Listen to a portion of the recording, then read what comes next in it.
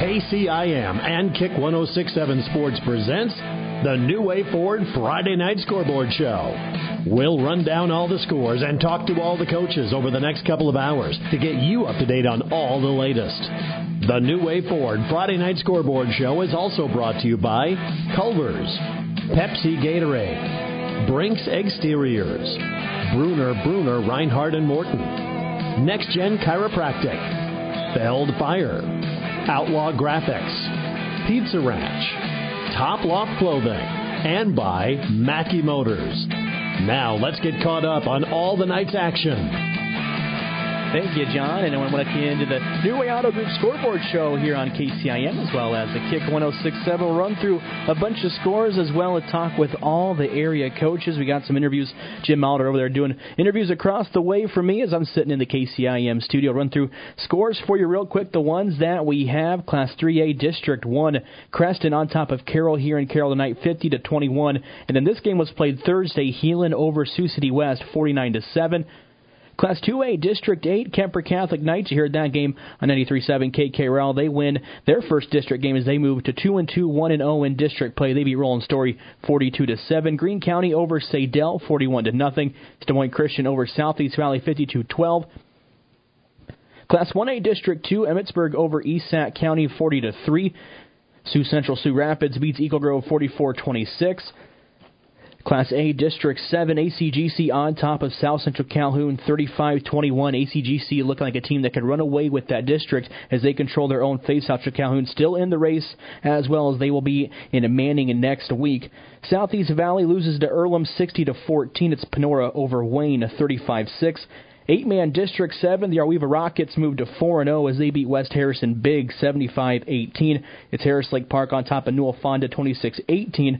8-man District 9, Audubon over St. Edmunds 66-48. That was a tight one for most of the game. Audubon kind of had a 10-point lead for most of it, and then it's also a very, very big district matchup as well as the Wheelers put themselves in second place. They're pretty much tied for first now as Baxter falls tonight as well.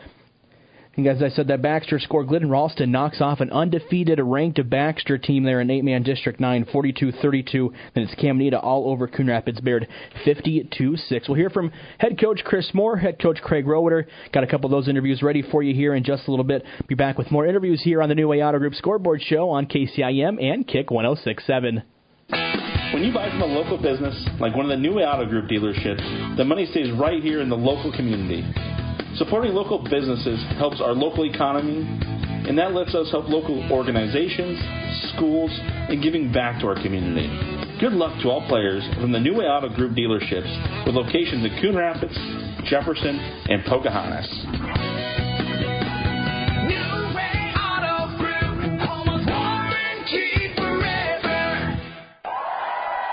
Take your brand to the next level with Top Loft. From Little League to high school to college and beyond, Top Loft in downtown Carroll carries your favorite team's fan gear. Kemper Knights, Carroll Tigers, Cyclones, Hawkeyes, and so much more. Find us on the web at toploftclothing.com and watch for our Tuesday Deal of the Day on our Facebook page. We also love working with local teams and businesses to provide custom apparel for them and their customers. Quick turnaround, low minimums.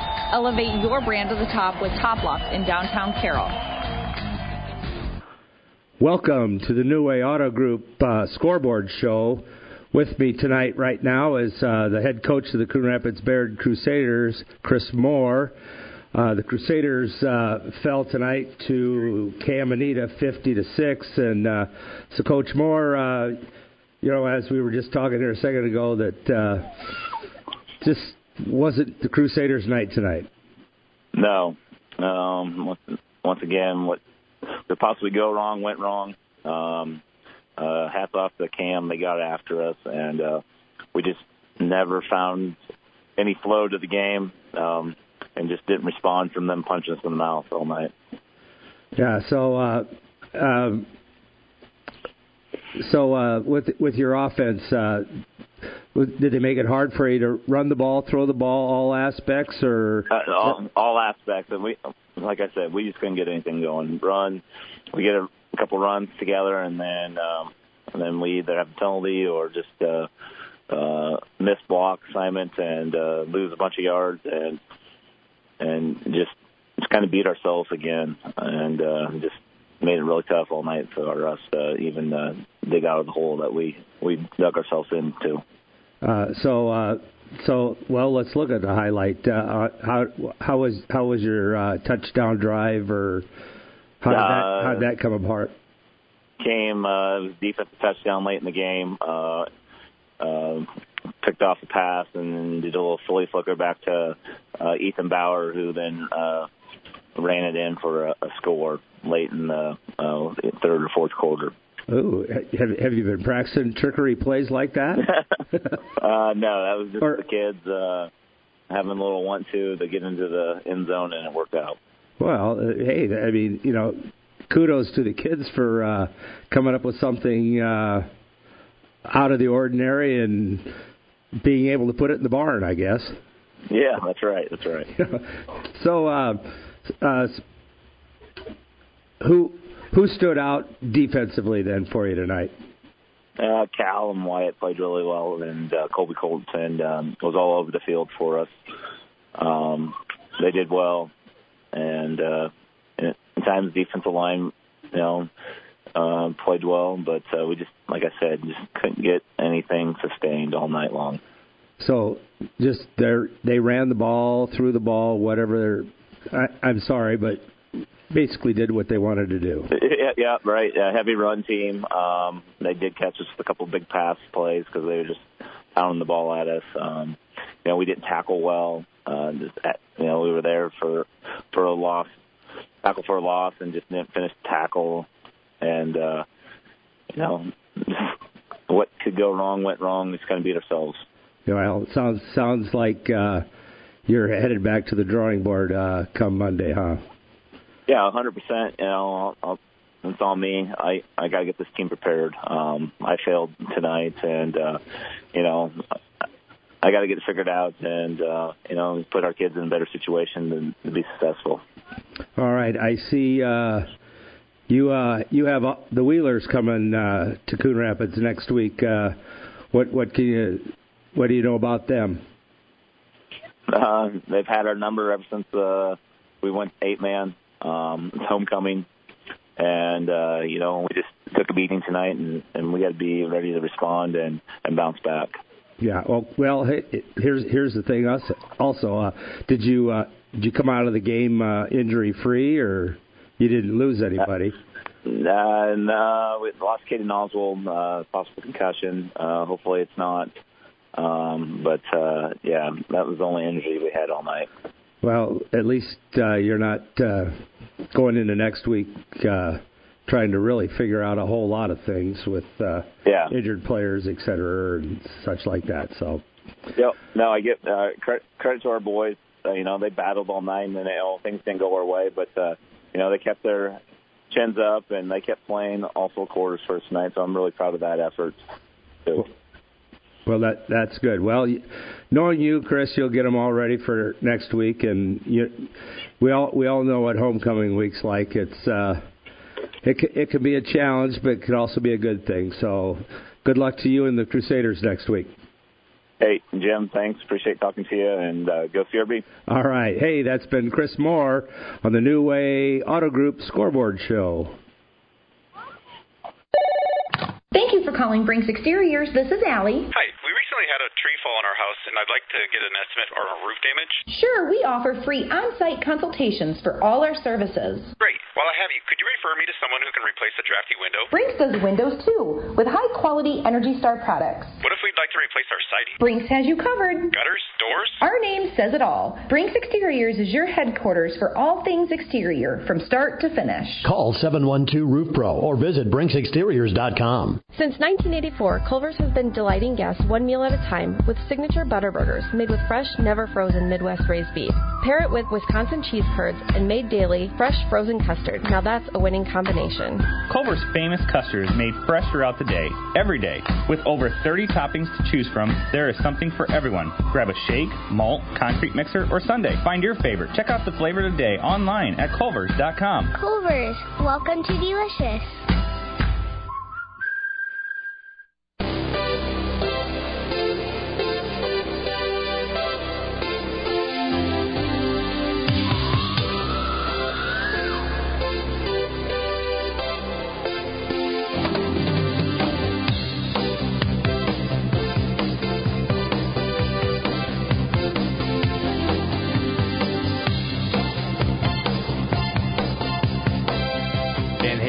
jump, bringing us back into the New Way Auto Group, a scoreboard show here on KCIM as well as Kick 106.7. KC Miners with you, Jim Molitor still over getting interviews. We just heard from CRB head coach Chris Moore. They fall tonight 50-8 to Cam. A tough team, came in ranked third. If you look at most of the polls coming into the week, I'll run through those scores for you. We'll work backwards and work at 8-man to District 9. St. Edmunds goes into Audubon tonight. Audubon Wheelers picking up a big win, 66-48 in District 9. Also, Caminita coming out on top of Coon Rapids. Barry just talked about that game, 50-6. It's Glidden Ralston beating undefeated 7th-ranked Baxter tonight on the road, 42-32. 8-man District 1. Arweva picks up a big win as they move to 4-0, 75-18. Harris Lake Park on top of New Alfonso, 26-18. Class A District 7, ACGC on top of South Central Calhoun in Lake City, 35-21. Panorama beats Wayne, 35-6. Earlham all over Southwest Valley, 60-14. Looking at Class 1A District 2, Emmitsburg on top of the East Sac County Raiders, 40-3. It's Sioux Central Sioux Rapids on top of Eagle Grove, 44-26.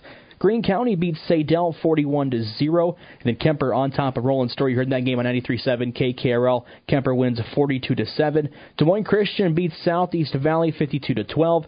And then 3A District 1. Carroll loses at home tonight 50-21 to Creston. Then Harlan beats Sioux City West 49-7. That game was played on Thursday. Catch up with head coach Brian Case. The South Central Calhoun Titans lose tonight at home on homecoming, 35-21. We'll talk with Case coming up in just a little bit. It was a tight back-and-forth game, but both teams not wanting to throw the football a whole bunch. South Central Calhoun had to throw the football tonight. ACGC used their physical run game as that's what happened in a playoff game a couple years ago. If you were able to listen to the game, you heard Coach Case talk about that in the pregame, that ACGC was just able to out-physical them a couple years ago in a playoff game. So it kind of went the same way tonight for the Titans. Catch up with Coach Case coming up after the break. Being a part of a team is not only fun, it can give our students a sense of identity and help them develop long-term relationships. This is Dr. Nate Luke, Next Generation Chiropractic. Student athletes, make sure you are taking care of your body before, during, and after the game. Proper warm-ups and cool-down are vital to staying on the field or court, and having regular chiropractic appointments can help reduce the risk of injury. Stay in the game by taking care of your body. Good luck to all area student athletes this season. Let's stay healthy and have fun. Bruner, Reinhardt & Morton is a general practice law firm that's been providing highly ethical, professional, and dedicated legal services to their clients since 1936 in Carroll, Glidden, Coon Rapids, and Guthrie Center communities. Bruner, Reinhardt & Morton is a 4-attorney firm with a combined 97 years of experience. For more information, call Barry, Dave, Eric, or Jessica at 792-3480 or visit BrunerLegal.com. New Way Auto Group Scoreboard Show here tonight on 1380 AM, 95.1 FM, KCIM. Jeff Blankman joined right now by Brian Case. We're up here in Lake City, folks, and Brian just pointed out, who is that? Is that your grandson? Is that Kyler down there with your grandson? Running into the end zone, so he just scored a touchdown for you here, Coach, and, that's awesome to see. How old is your grandson right now? 16 months. 16 months. Absolutely wonderful. Future Titan? Yeah, I would love for it to be. I don't think that's going to happen. No, I don't either, but I had to ask. So, Brian, great to see you all smiles tonight, even though you guys ended up kind of letting one maybe slip through the fingertips here tonight, not taking a thing away from ACG. So that's a really good football team, and their physicality and their run game, especially the Fuller kid, was really good. But I thought both teams left some things out on the field. You guys had some drop passes, had a chance there late to make a stop. You had an onside pooch kick that you don't recover. You got to smile, but I know you're a little disappointed you let one maybe get away here tonight. But, Jeff, those are the things that we talked about as well. I mean, I think that we have a pretty good football team. And, again, you can't take anything away from ACGC. They're a good football team, and they did everything that they needed to do in order to win the football game. I thought that they were more opportunistic than what we were. In the first half, I think we dropped a couple of touchdowns, that we had opportunities with. There was a couple of times that I think ACGC put the ball on the ground, and we had 3 kids standing around it. They still come away with the ball, and then they go down and score. So if we take away those 2 turnovers on the field, that eliminates 14 points for them. We make good on our catches. We make good on our touchdowns. I mean, that could be another 28-point swing and 14 points in our favor. So those are just the things that our kids have got to see, and they've got to go out and execute. When you have an opportunity to make a play, we've got to make plays. That's what the good teams do, right? And you just become opportunistic with it. I mean, you mentioned the time when we're down by 7 points and they end up getting the onside kick. I mean, if we recover that thing, I mean, we're at midfield with still 9 minutes to go in the game, down 1 score, and we've got a great opportunity. You know, they scored their go-ahead 14-point score, you know, when it was 3rd and 21, and they run the fullback twice for a touchdown. If we stop them there, you're only down 1 score with almost 4 minutes to go in the game. You've got chances. But again, you've got to make those plays when you have the opportunity to make those plays. And we didn't do that tonight. Credit ACGC, they did. Coach, early in the game here, I thought both offenses showed the ability to move the ball. You guys through the air, them as expected on the ground. But I thought both defenses found ways to be able to make stops. Some of that was offenses hurting themselves, but both defenses found ways to be able to stop. It looked like for a while it could be a low-scoring affair, and then all of a sudden the offenses started kind of taking advantage and getting those points. Yeah, especially in the second half. I mean, for us defensively, it was in the second half, and we got excited, and we got a couple of scores. We got up by 7 points. We're making plays. We're penetrating. We're getting into their backfield and stopping them before they can get started, and all of a sudden it just changed again. So I don't know if that was a matter of their execution or if our kids were just backing off again. I really don't know what the answer was on that one. But you're right. I thought both teams did a decent job moving the ball at times. I thought both teams did a decent job on the defensive side at times. Special teams-wise, I think that they probably had us when you look at the special teams stats on that. But you know, it's just one of those games that we're going to learn from it. We want it to hurt for about 10 minutes. Yep. Because we've got another game coming forward, you know, next week against IKM, and we know it's going to be their homecoming. We know we're in a loaded district. Our district is really, really good. So it's going to be interesting to see how our kids respond, to be honest with you. Do we have the type of kids that are going to bounce back and challenge themselves this week and get better? Or are we going to be the type of team that's going to kind of just bury our heads a little bit and say, oh, well, and see what happens the rest of the year? I think at South Central Calhoun we have the kids that are going to be the prior. I think that we're going to bounce back. I think we're going to come together as a team, but that still remains to be seen. Coach, down 14-7 at half, they get the ball to start the third quarter. You guys come out, stop them twice. What did you guys do anything different defensively, or how were you guys able to make those stops to start the third quarter? And that's what got you the 21-14 lead. Yeah, we just made penetration again. We got into their backfield. We weren't getting pushed back.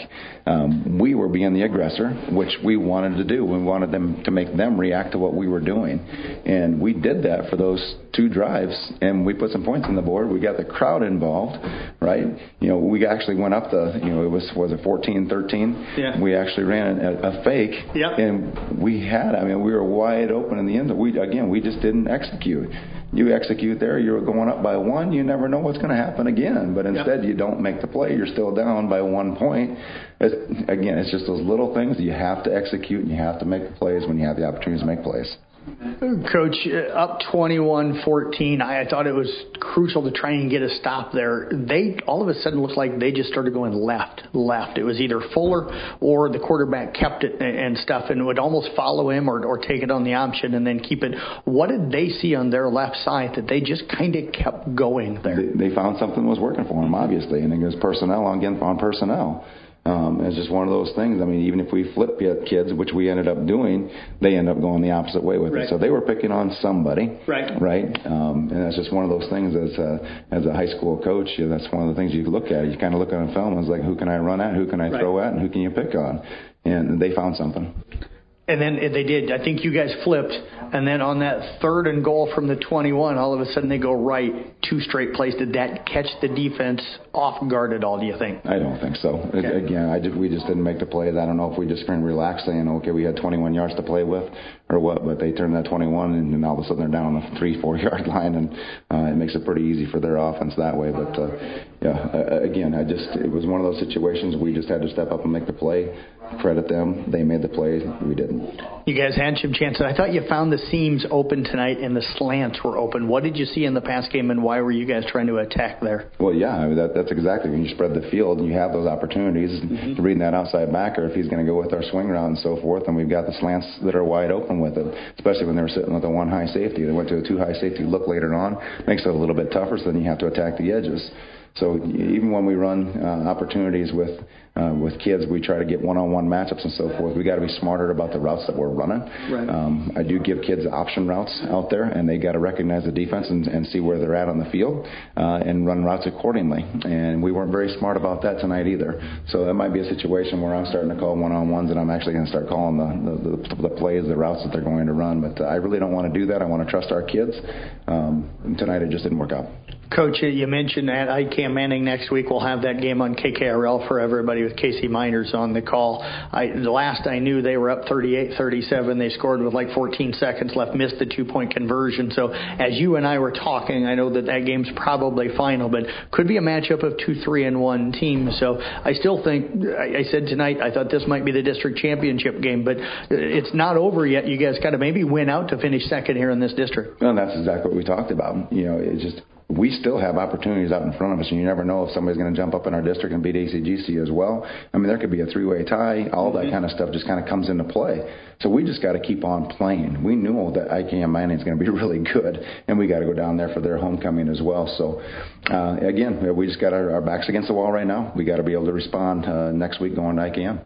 I tell you what, appreciate you coming up. Go spend some time with the grandkids. See if maybe he runs you into the end zone. So, Brian, appreciate it, and best of luck coming up next week. Thanks for your time, Jeff. Appreciate it. You bet. Head coach Brian Case again with the South Central Calhoun Titans. They fall here tonight to ACGC by a final of 35-21. Back with more of the New Way Auto Group Scoreboard Show right here on KCIM and Kick 106.7. Outlaw Graphics is your local promotion and sign company. Outlaw can do it all, from vehicle graphics to promotional items and all the signage you need. Outlaw does it all, no matter how big or how small your order is. If you need thousands of items for your business, talk to Outlaw. Work with Outlaw's designers from start to finish. You're going to love the results. Call the Outlaw. Outlaw Graphics, 775-2599. Outlaw Graphics in Carroll. When athletes are at peak performance, they need electrolytes and carbs to keep them fueled and in the game. Athletes who give 100% know to reach for Gatorade from Pepsi Beverages of Carroll. From the pros to high school to weekend athletes, Gatorade keeps you hydrated and keeps you in the game. Reach for Gatorade, brought to you by Pepsi Beverages of Carroll.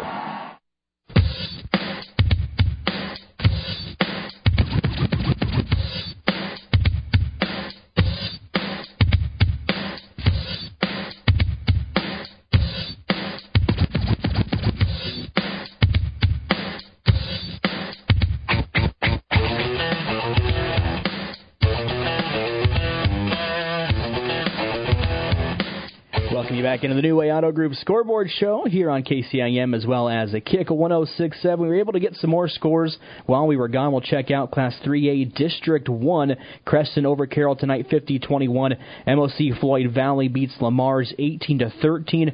Heelan on top of Sioux City West, 49-7. Last time we knew, Algona was on top of Boyden Hall Rock Valley. That one 52-13 in the fourth quarter. Haven't yet seen a score from Sergeant Bluff-Luton and Harlan. Sioux Center beats Spencer 35-14. Class 2A District 1, Kemper on top of Roland Story 42-7. It's Des Moines Christian all over Southeast Valley 52-12. Greene County picks up another win 41-0 over Sadell. Class 1A District 2, Emmetsburg on top of ESAC 40-3. Sioux Central Sioux Rapids beats Eagle Grove 44-26. And then last time we knew, Pocahontas area on top of Manson Northwest Webster 2018. That one in the fourth quarter. Class A District 7, ACGC on top of South Central Calhoun 35-21. Just heard Brian Case talk a little bit with Jeff Blankman about the game. They have ICAM Manning coming up next week. I'll be there on the call as ICAM Manning will be their homecoming. They win tonight in a comeback over Riverside. The Wolves down 30-12, 1 point in that game. They win 38-37. They score a go-ahead touchdown, about 14 seconds left. Earlham on top at Southwest Valley, 60-14. It's Panorama all over Wayne, 35-6. 8-man District 7, the Rockets move to 4-0 over Arweva as they win 75-18 over West Harrison. St. Mary Remsen beats Booyer Valley 12-7. It's Harris Lake Park on top of New Alfonso 26-18. Woodbine runs through Siouxland Christian in a high-scoring affair, 78-38. 8-man District 9, Audubon over St. Edmunds 66-48. It's Coon Rapids Bayard falling to Caminita 50-6. Glidden beats undefeated Baxter 42-32, and then Nicolo Nesco over Collins Maxwell 46-26. We'll talk with head coach Craig Lynch of the Glidden-Ralston Wildcats. They pick up a big win, 42-32 over Baxter. Take your brand to the next level with Top Loft. From Little League to high school to college and beyond, Top Loft in downtown Carroll carries your favorite team's fan gear. Kemper Knights, Carroll Tigers, Cyclones, Hawkeyes, and so much more. Find us on the web at toploftclothing.com and watch for our Tuesday Deal of the Day on our Facebook page. We also love working with local teams and businesses to provide custom apparel for them and their customers. Quick turnaround, low minimums. Elevate your brand to the top with Top Loft in downtown Carroll. Welcome to the New Way Auto Group Scoreboard Show. With me tonight's the victorious coach of the Glidden-Ralston Wildcats, Craig Lynch. Their team defeated an undefeated team tonight, 42-32, which was Baxter. Congratulations, Coach. Tell us a little bit about how the game went. Well, we got off to a fast start, which we don't always do, but I think our kids came out and we talked about having an opportunity, to play somebody undefeated and somebody rated, and kind of a good test for us to really see where we were at. We thought we played well all year, and we got the ball right away, put it in, and got a 2-score lead. First 2 times we had the ball, defense did well. I think we were up 16-0 from the get-go. I thought we had a solid first half. They came out, they scored on kind of a flea flicker play right at the beginning, I think, end of the first quarter. Then our defense had done a pretty good job against them. Then they went to kind of a hurry-up thing, and it took us a little while to adjust to that. So I think we went into half about 28-12. Again, just kind of like the last couple of weeks, shared the ball, had a lot of back, got carries. Colby Wallace, quarterback, a lot of carries, made some key first downs on passes. So, was really happy with the first half. Well, it sounds that way. So you basically pounded the ball at them and used the pass to kind of throw them off a little bit and make them think, we could still pass if we want to. So. Right. It's good old boring Glidden-Ralston football like it's always been, If you get crazy, you run a counter, right? And that worked really well tonight. Coach Kaler did a great job calling plays, and we did. We pounded it at him and pounded at him pretty hard, and then he'd come back with a counter at a really good time, and we get some good chunk yardage there. So, that went well first half. Second half, kind of the same thing. They did get the ball and score on us right away, and we came back and just kind of held them at bay the whole time. I think there's only a little while there where it was about a 10-point game, but we made a big stand defensively in the second half and went down and put another one in, and then got a chance to run out the clock at the end of the game and ended with a 10-point win. But again, our kids are really physical, and I just like seeing that. And I think I said it every week on here. What a great bunch of kids. They're the kind you love to coach. They don't care who gets the carries or who gets the catches or who gets the tackles. We just really want to play together and win. And as a coach, that makes it a lot of fun. Well, and again, like you just said, that's what makes it fun, and that's what you want is to share the wealth with all of them, because it's a team game. You play as a team, you win as a team, and it sounds like you got a good thing going. So defensively for the night, who are some standouts for you? Well, I thought everybody got in. Our secondary really got tested. They like to throw it. They like to throw it deep, and Lucas Christian, Landon Rohrbeck, and Alex Daniel, our 3 main DBs did a good job. They really didn't get anything over the top of us except that trick play. and we were there to contest that too. The kid made a heck of a catch. So I was just really happy with that. And up front, we got enough pressure on them, to make them get rid of it. I was really happy for, we had Waylon Hine was sick. We've been going every game. We've had somebody that's been sick or gone, and Colin Sturm, he stepped up into a tough spot and did a great job. And senior leaders are just doing a great job defensively too. Well, hey, that sounds great. So obviously, you're getting quite a few kids into the game and getting them some of that experience, and that's what you're trying to do at this point is to keep building some. I'm at a loss here. Some depth. You want for us, depth, and but you want to get the kids experience because you just never know. Like you said, you had another kid sick or somebody's going to get hurt and those things. Yeah, and the good part about this team, and you coached for a long time, you know this. Even in practice, they get that. The older guys understand how important it is, to make sure that the younger guys know. They're part of it too, because in the preparation all week, they figured out they're a huge part of every win we have on Friday, whether they step on the field on Friday night or not.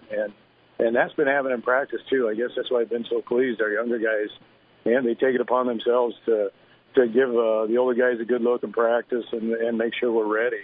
And that's hard to get too. They take a lot of pride in it. Oh, absolutely. I mean, that scout team is very important. Very, very, very important. No doubt about that. All right. Hey, I see next week you have Collins Maxwell coming to town. What do you know about them? I don't know a lot. I haven't really peeked ahead. This is a big game for us, and I haven't even touched on any film of theirs yet. It's homecoming, and we all know how much coaches like homecoming, but I like the kids to have fun. I always tell them, but it's no fun if you don't win the game on Friday. So we'll get after it. We'll let them feel good tonight. Coaches will get after that film on Sunday, and I'm sure these kids will be ready to play.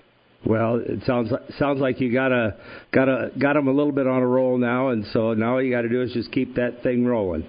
You betcha. All right. Hey, that's been Craig Lynch on the New Way Auto Group Scoreboard Show, fresh off a 10-point victory over Baxter, 42-32. Congrats, Coach, and good luck next week. Thanks, y'all. When you buy from a local business, like one of the New Way Auto Group dealerships, the money stays right here in the local community. Supporting local businesses helps our local economy, and that lets us help local organizations, schools, and giving back to our community. Good luck to all players from the New Way Auto Group dealerships with locations in Coon Rapids, Jefferson, and Pocahontas.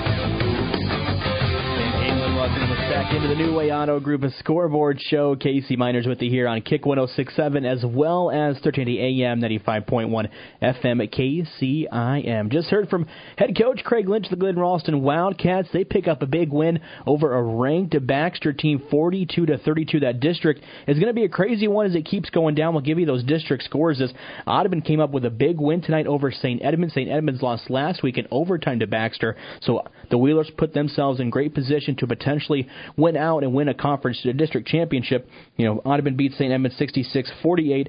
And as I mentioned, Glen Ralston on top of Baxter 42-32. Caminito beats at Coon Rapids Bear, that a non-district game, 50-6. Then Colonesco on top of Collins Maxwell, 46-26. They're an 8-man District 9. We'll hear from head coach Ryan Steinkamp as the Knights pick up a big 42-7 win right after the break. Thank you for calling Brinks Exteriors. This is Allie. Hi. We recently had a tree fall in our house, and I'd like to get an estimate on roof damage. Sure, we offer free on-site consultations for all our services. Great. While I have you, could you refer me to someone who can replace a drafty window? Brinks does windows too, with high-quality Energy Star products. What if we'd like to replace our siding? Brinks has you covered. Gutters? Doors? Our name says it all. Brinks Exteriors is your headquarters for all things exterior, from start to finish. Call 712-ROOF-PRO or visit BrinksExteriors.com. Since 1968, Mackey Motors has been serving Lake City and the surrounding communities with new and certified pre-owned vehicles. Mackey Motors is a full-service dealership providing oil changes in our Quick Lube Express bays, a service department with world-class trained technicians, a body shop and collision center with the latest equipment, a full vehicle detailing department, or come talk with one of our highly knowledgeable sales staff. Recipient of the GM Mark of Excellence Award for 15 years running. Find new roads at Mackey Motors in Lake City and MackeyMotors.com. It's the New Way Auto Group Scoreboard Show. The Kemper Knights open district play tonight with a convincing win over Roland Story on the road, 42-7. And, Coach, really the first two drives of the game, one for your defense, one for your offense. You get a quick stop on defense, and then your offense marches down the field, and you cap it off with your first rushing touchdown of the season. You set the tone early on both sides of the football. Did you think 42-7 was a possibility when you guys came out in that first quarter? I know this district's really balanced, and I know we haven't played Roland Story. On film, they're a good team. I think our guys played really well tonight. I think they're a good team. They're well coached. They're a big team. Probably biggest team that I probably ever coached against. And our guys just made plays and did their job. So I was just really proud of them for their efforts there. Our kids were really locked in, really focused. We challenged them a lot this weekend, and they answered.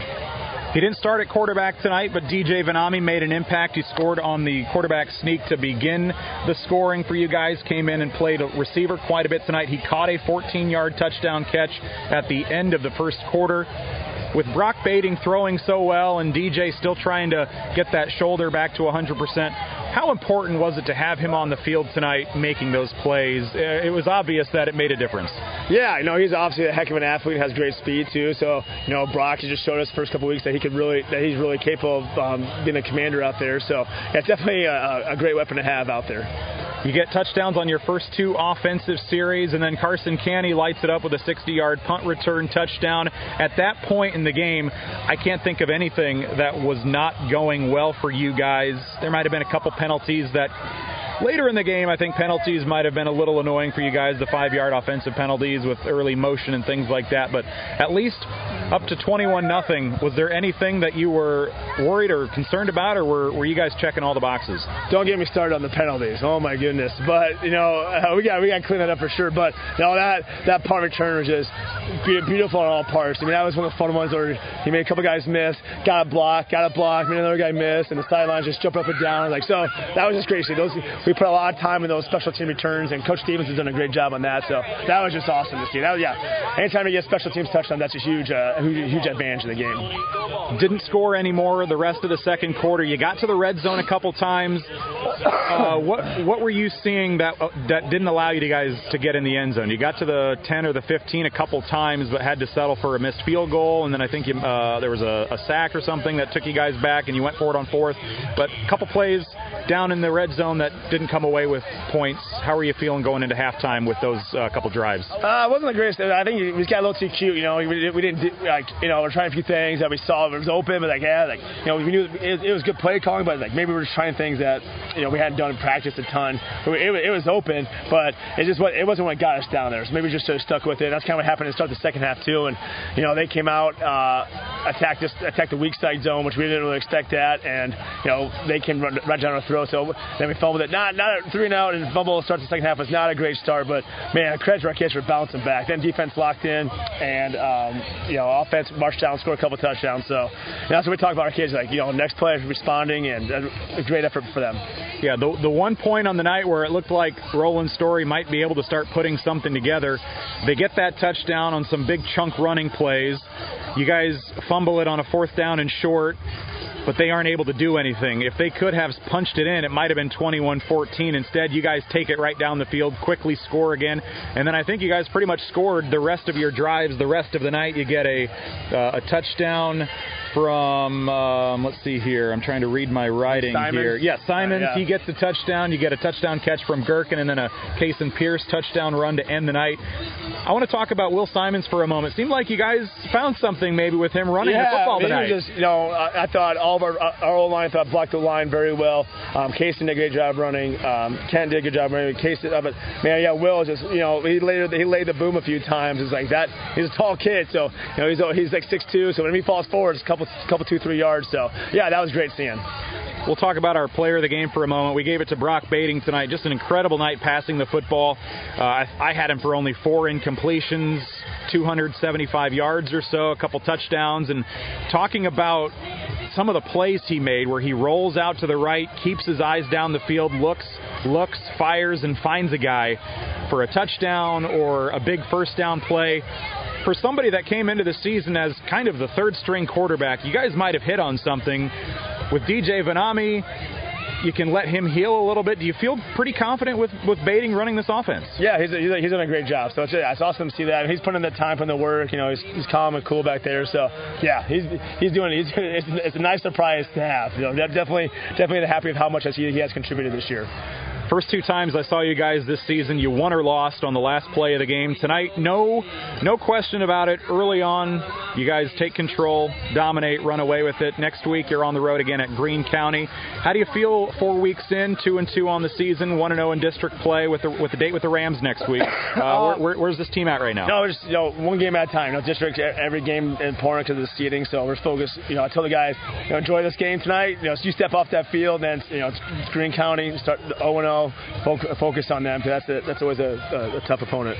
Back-to-back weeks of exciting victories in completely different fashions. Coach, appreciate your time here on the New Way Auto Group Scoreboard Show. Absolutely. Thanks for having me, Nick. That's Ryan Steinkamp, head coach of the victorious Kemper Knights. They go back-to-back. They win it tonight on the road at Roland Story, 42-7. Score big when you come on down to the Carroll Pizza Ranch to dig into the country's best chicken, piping hot pizza, and their fresh salad bar. They're open to serve you all your Pizza Ranch favorites from 11 to 8 on Fridays, Saturdays, and Sundays, and Monday through Thursday from 11 a.m. to 2 p.m. and 5 to 8. Get their famous buffet your way, where you can request your favorite pizza. Everyone wins at Pizza Ranch, just off Highway 30, downtown Carroll, open 7 days a week. Whoa, that's good.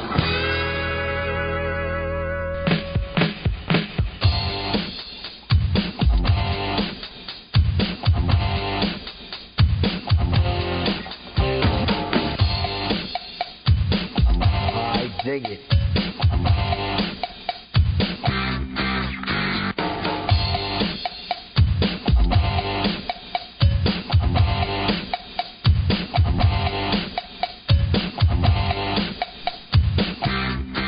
Just heard from Kemper head coach Ryan Steinkamp. The Knights pick up a big district win as they even the record.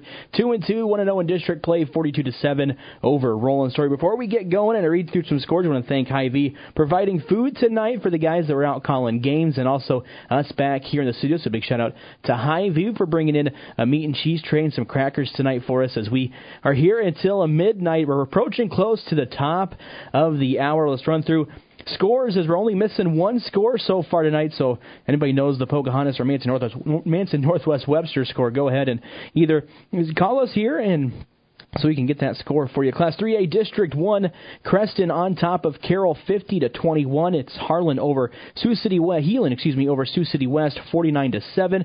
MOC Floyd Valley beats Lamar's 18-13. Algona over Boynton Hall Rock Valley 53-20. Sioux Center beats Spencer 35-14, and then Harlan over Sergeant Bluff Luton 42-6. Class 2A District 8, Kemper on top of Roland Story. We just heard from head coach Ryan Steinkamp. They beat Roland Story 42-7.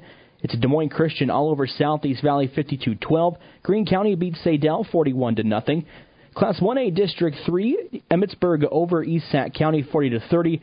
It's Sioux Central Sioux Rapids over Eagle Grove 44-26, and their skimmer still waiting. That Pocahontas area and a Manson Northwest Webster score to come in. Class A District 7, ACGC on top of South Central Calhoun 35-21. It's ICAM Manning coming from behind. They were down in the fourth quarter. We'll hear from head coach Corey McCarville in just a little bit. They beat Riverside 38-37.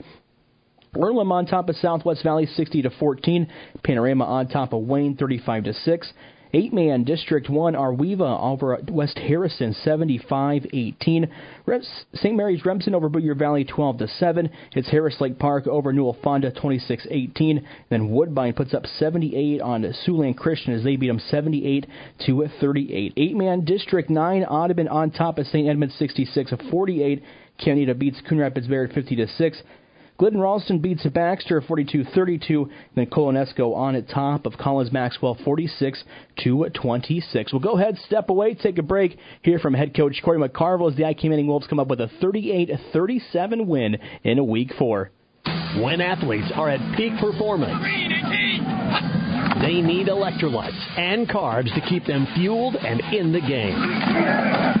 Athletes who give 100% know to reach for Gatorade from Pepsi Beverages of Carroll.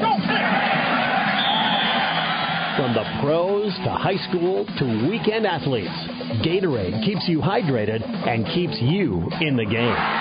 Reach for Gatorade, brought to you by Pepsi Beverages of Carroll.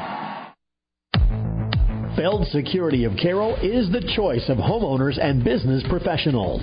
They choose Feld Security because of the local and prompt service, 24/7 technician support, and the ability to control their security devices from their mobile devices. That makes keeping your property safe even easier. A professional Feld representative can help you create a protection plan for your home or business. Feld Security of Carroll, proud supporters of our area high school athletes. Welcome to the New Way Auto Group Scoreboard Show. With me on the phone right now is the head coach of the IKM Manning Wolves, Corey McCarville, fresh off a thrilling 38-37 win over Riverside. And congratulations, Coach McCarville. I know, we had a little bit of talk here beforehand, so we'll let you kind of talk, and then we'll get more specific when we get going a little bit more, all right? Give us a little update on how the first half went. It was really crazy. We didn't play particularly well in the first quarter. They went down and scored right away to start the game. Then we put together a nice drive in response, but we kind of stalled out. And then they had a big play and scored right again, so we were down 14-0 right away. In the first quarter, we were able to respond. And, we came back and scored a touchdown. They scored again. And then we put together another nice drive. So, we had 2 touchdown drives in the first half. But, we were down at halftime. And, the game was just really crazy. And a lot of credit to our guys and how much they battled and how hard they fought. And, we preached all week that it was going to be 4 or 5 plays were going to be the difference. And, we were able to make just enough plays to win the game. Okay, so you said you were down at halftime. So when you come out the second half, did you start with the ball, or did you have to kick to them, or what? Yeah, we kind of went back and forth a little bit in the third. We did get the ball at third quarter. Our drive, we didn't have a great drive. We ended up punting. I think we stopped them, and then all I remember is they scored again, and we were down. And then I think we did end up put one decent drive together in the third quarter, but we were down 37-19 going into the fourth. So it didn't look good, but our offense had been playing okay. We'd moved the ball. We were able to go down and score. I know we tried an onside kick at one point, didn't get it. We did get a stop on defense, put together a really nice drive and scored. Onside with like 4:48 or something left in the game. We did get it, and then we were able to kind of put a methodical drive together at the end, and, we had some fourth down conversions that were huge, and we ended up scoring with like 14 seconds to go in the game. It was back and forth, and I guess if you just wanted an entertaining football game, that'd be the one to watch. Well, yeah, it kind of sounds like that. So, defensively, you were down at half, and you said, and so what kind of adjustments did you make at halftime to come out, and then during the game were you trying to still make a few more adjustments to? You said you were down 37-19 to start the fourth, and then obviously you had to get stops, you had to get and things had to start clicking. We did get a couple stops. You know, they're a team that throws the ball quite a bit, so we were able to finally get them to have a couple incompletions to stop the clock.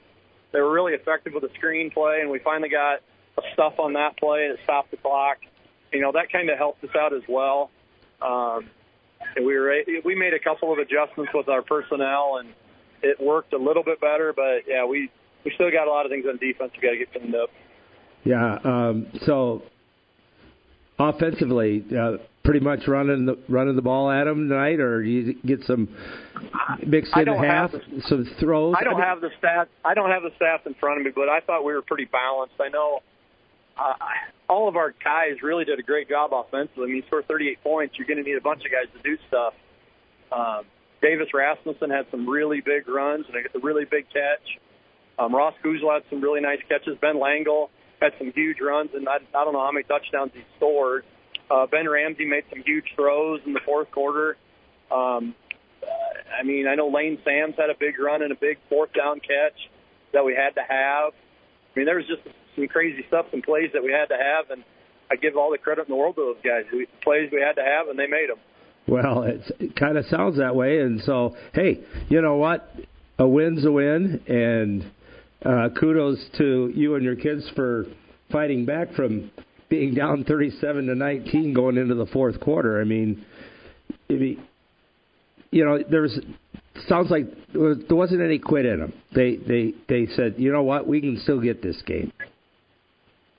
Yeah, I all the credit in the world goes to our kids. I mean, they fought like crazy. They believed in each other, and they really banded together. They never really turned on each other and pointed fingers. They just kept fighting, and I'm proud of them. So. Well, that's good. I tip my hat to them. All right. Well, hey, I see you get a home game next week with the Titans from South Central Calhoun are come to see you. What do you know about them?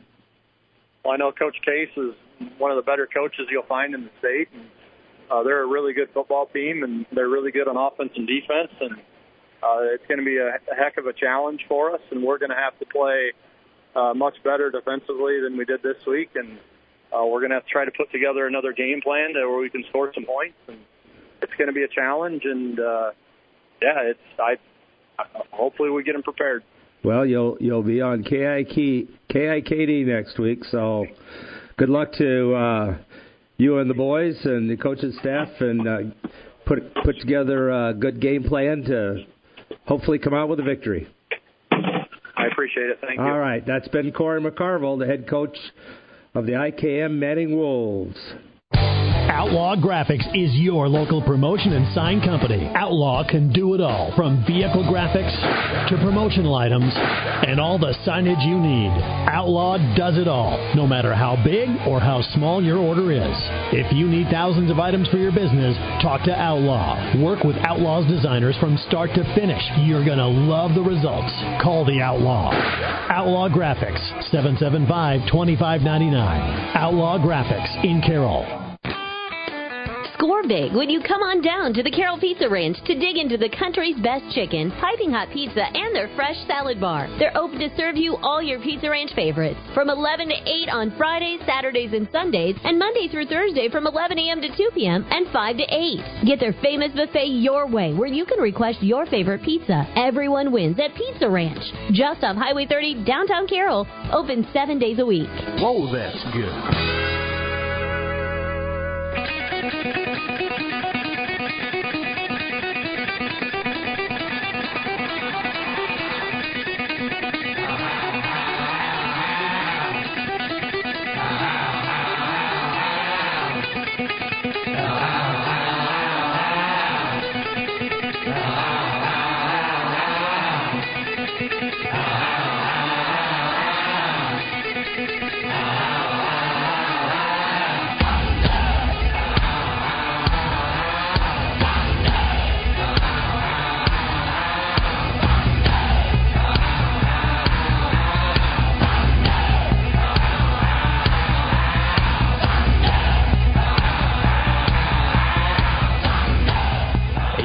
And Thunderstruck. When you buy from a local business like one of the New Way Auto Group dealerships, the money stays right here in the local community.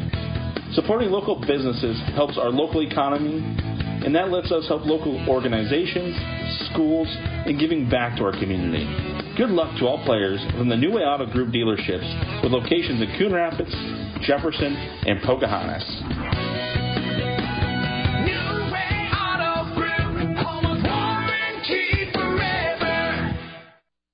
AC/DC and Thunderstruck bringing us back into the New Way Auto Group Scoreboard show here on KCIM, as well as Kick 106.7. Jim Molitor joining us now as he's talked to a bunch of coaches so far. We'll run through scores real quick for you. Kicking off Class 3A District 1, Creston on top of Carroll 50-21.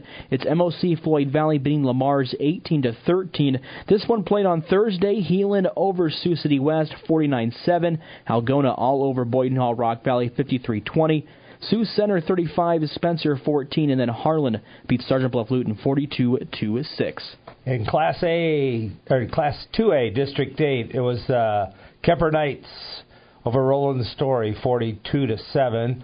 It was Des Moines Christian defeating Southeast Valley 52-12, and Greene County shuts out St. L 41-0. Class 1A District 2, Emmetsburg all over East Sac County 42-3. We'll hear from Raiders head coach Eric McCullough coming up later on in the show. Sioux Central, Sioux Rapids 44, Eagle Grove 26, and then we're still awaiting a Manson Northwest Webster Pocahontas area score. Last time we knew that one, Pocahontas up by 2, 20-18 in the fourth quarter. Yeah, in Class A District 7, it was ACGC over South Central Calhoun 35-21. It was Southwest Valley falling to Earlham 60-14. It was the Wolves of IKM Manning with a come-from-behind win over Oakland Riverside 38-37, and Panorama beat Wayne of Corydon 35-6. 8-man District 1, the Arriva Rockets moved to 4-0 as they beat West Harrison 75-18. Remsen St. Mary's and Booyer Valley in a close one, 12-7. That one for Remsen St. Mary's. Newell Fonda loses to Harris Lake Park 28-18. And then Siouxland Christian and Woodbine in a high-scoring game. Woodbine 78, Siouxland Christian 38. In 8-man District 9, were the Wheelers of Audubon over the Gales of St. Edmund 66-48. Cam Anita defeated the Crusaders from Coon Rapids, Baird 50-6. Glidden Ralston all over Baxter 42-32, and Colo Nesco over Collins Maxwell 46-26. Those are your scores. We'll go ahead, step away. We're approaching the top of the hour. Still got plenty of coaches to hear from. Still have Craig Roeder of the Carroll Tigers coming for you, Isaac Schaefer, Sean Burks, Eric McCullough still yet to play here. And it was a good week for area teams. We got more coaches yet to come here in the New Way Auto Group, a Scoreboard show. Feld Security of Carroll is the choice of homeowners and business professionals. They choose Feld Security because of the local and prompt service, 24/7 technician support, and the ability to control their security devices from their mobile devices. That makes keeping your property safe even easier. A professional Feld representative can help you create a protection plan for your home or business. Feld Security of Carroll, proud supporters of our area high school athletes. Bruner, Reinhardt & Morton is a general practice law firm that's been providing highly ethical, professional, and dedicated legal services to their clients since 1936 in Carroll, Glidden, Coon Rapids, and Guthrie Center communities. Bruner, Reinhardt & Morton is a 4-attorney firm with a combined 97 years of experience. For more information, call Barry, Dave, Eric, or Jessica at 792-3480 or visit brunerlegal.com.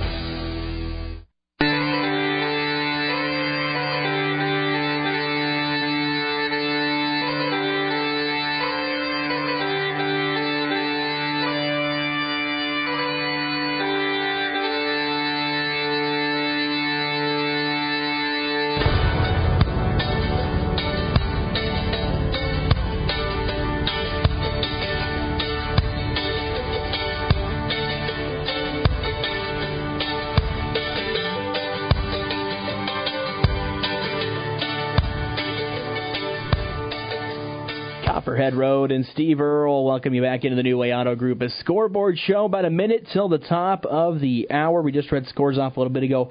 I'll mention those coaches we still got coming up. Craig Roeder, the Carroll Tigers. Carroll Tigers lose at home tonight, 50-21. Isaac Schaefer's of Arweva going to join us as well. Arweva picking up a big win. They moved to 4-0, 75 to, I believe, and let me flip up my sheet, 75-18 over West Harrison. Then Eric McCullough going to join us as well from the East Sac County Raiders. The Raiders lose tonight 40-3 to Emmitsburg on the road. Then Sean Burks picking up a big district win. That 8-man District 9 going to be a complicated one going throughout the rest of the year as the Wheelers win 66-48. And then we let those round out the coaches we have still yet to talk to. We've heard so far from Ryan Steinkamp as the Kemper Knights pick up a 42-7 win. We've heard from Chris Moore, CRB. The Crusaders lose tonight 50-8. Also Craig Lynch Goodman also pick up a big win, 42-32 over a ranked Baxter. Just heard Corey McCarville as the Wolves pick up a big comfort behind win, 38-37. Then Brian Case, the Sounds whom we also heard from, as they lose tonight, 35-21. We'll go ahead, step away. We got the top of the hour and more scores to come for you here on the New Way Auto Group Scoreboard Show. To know, KCIM is the place to listen on 1380 AM and 95.1 FM. This is KCIM Carroll. 1, 2, 3. KCIM and Kick 106.7 Sports presents the New Way Ford Friday Night Scoreboard Show. We'll run down all the scores and talk to all the coaches over the next couple of hours to get you up to date on all the latest. The New Way Ford Friday Night Scoreboard Show is also brought to you by Culver's, Pepsi Gatorade, Brinks Exteriors, Bruner, Reinhardt and Morton, Next Gen Chiropractic, Feld Fire, Outlaw Graphics, Pizza Ranch, Top Loft Clothing, and by Mackey Motors. Now let's get caught up on all the night's action.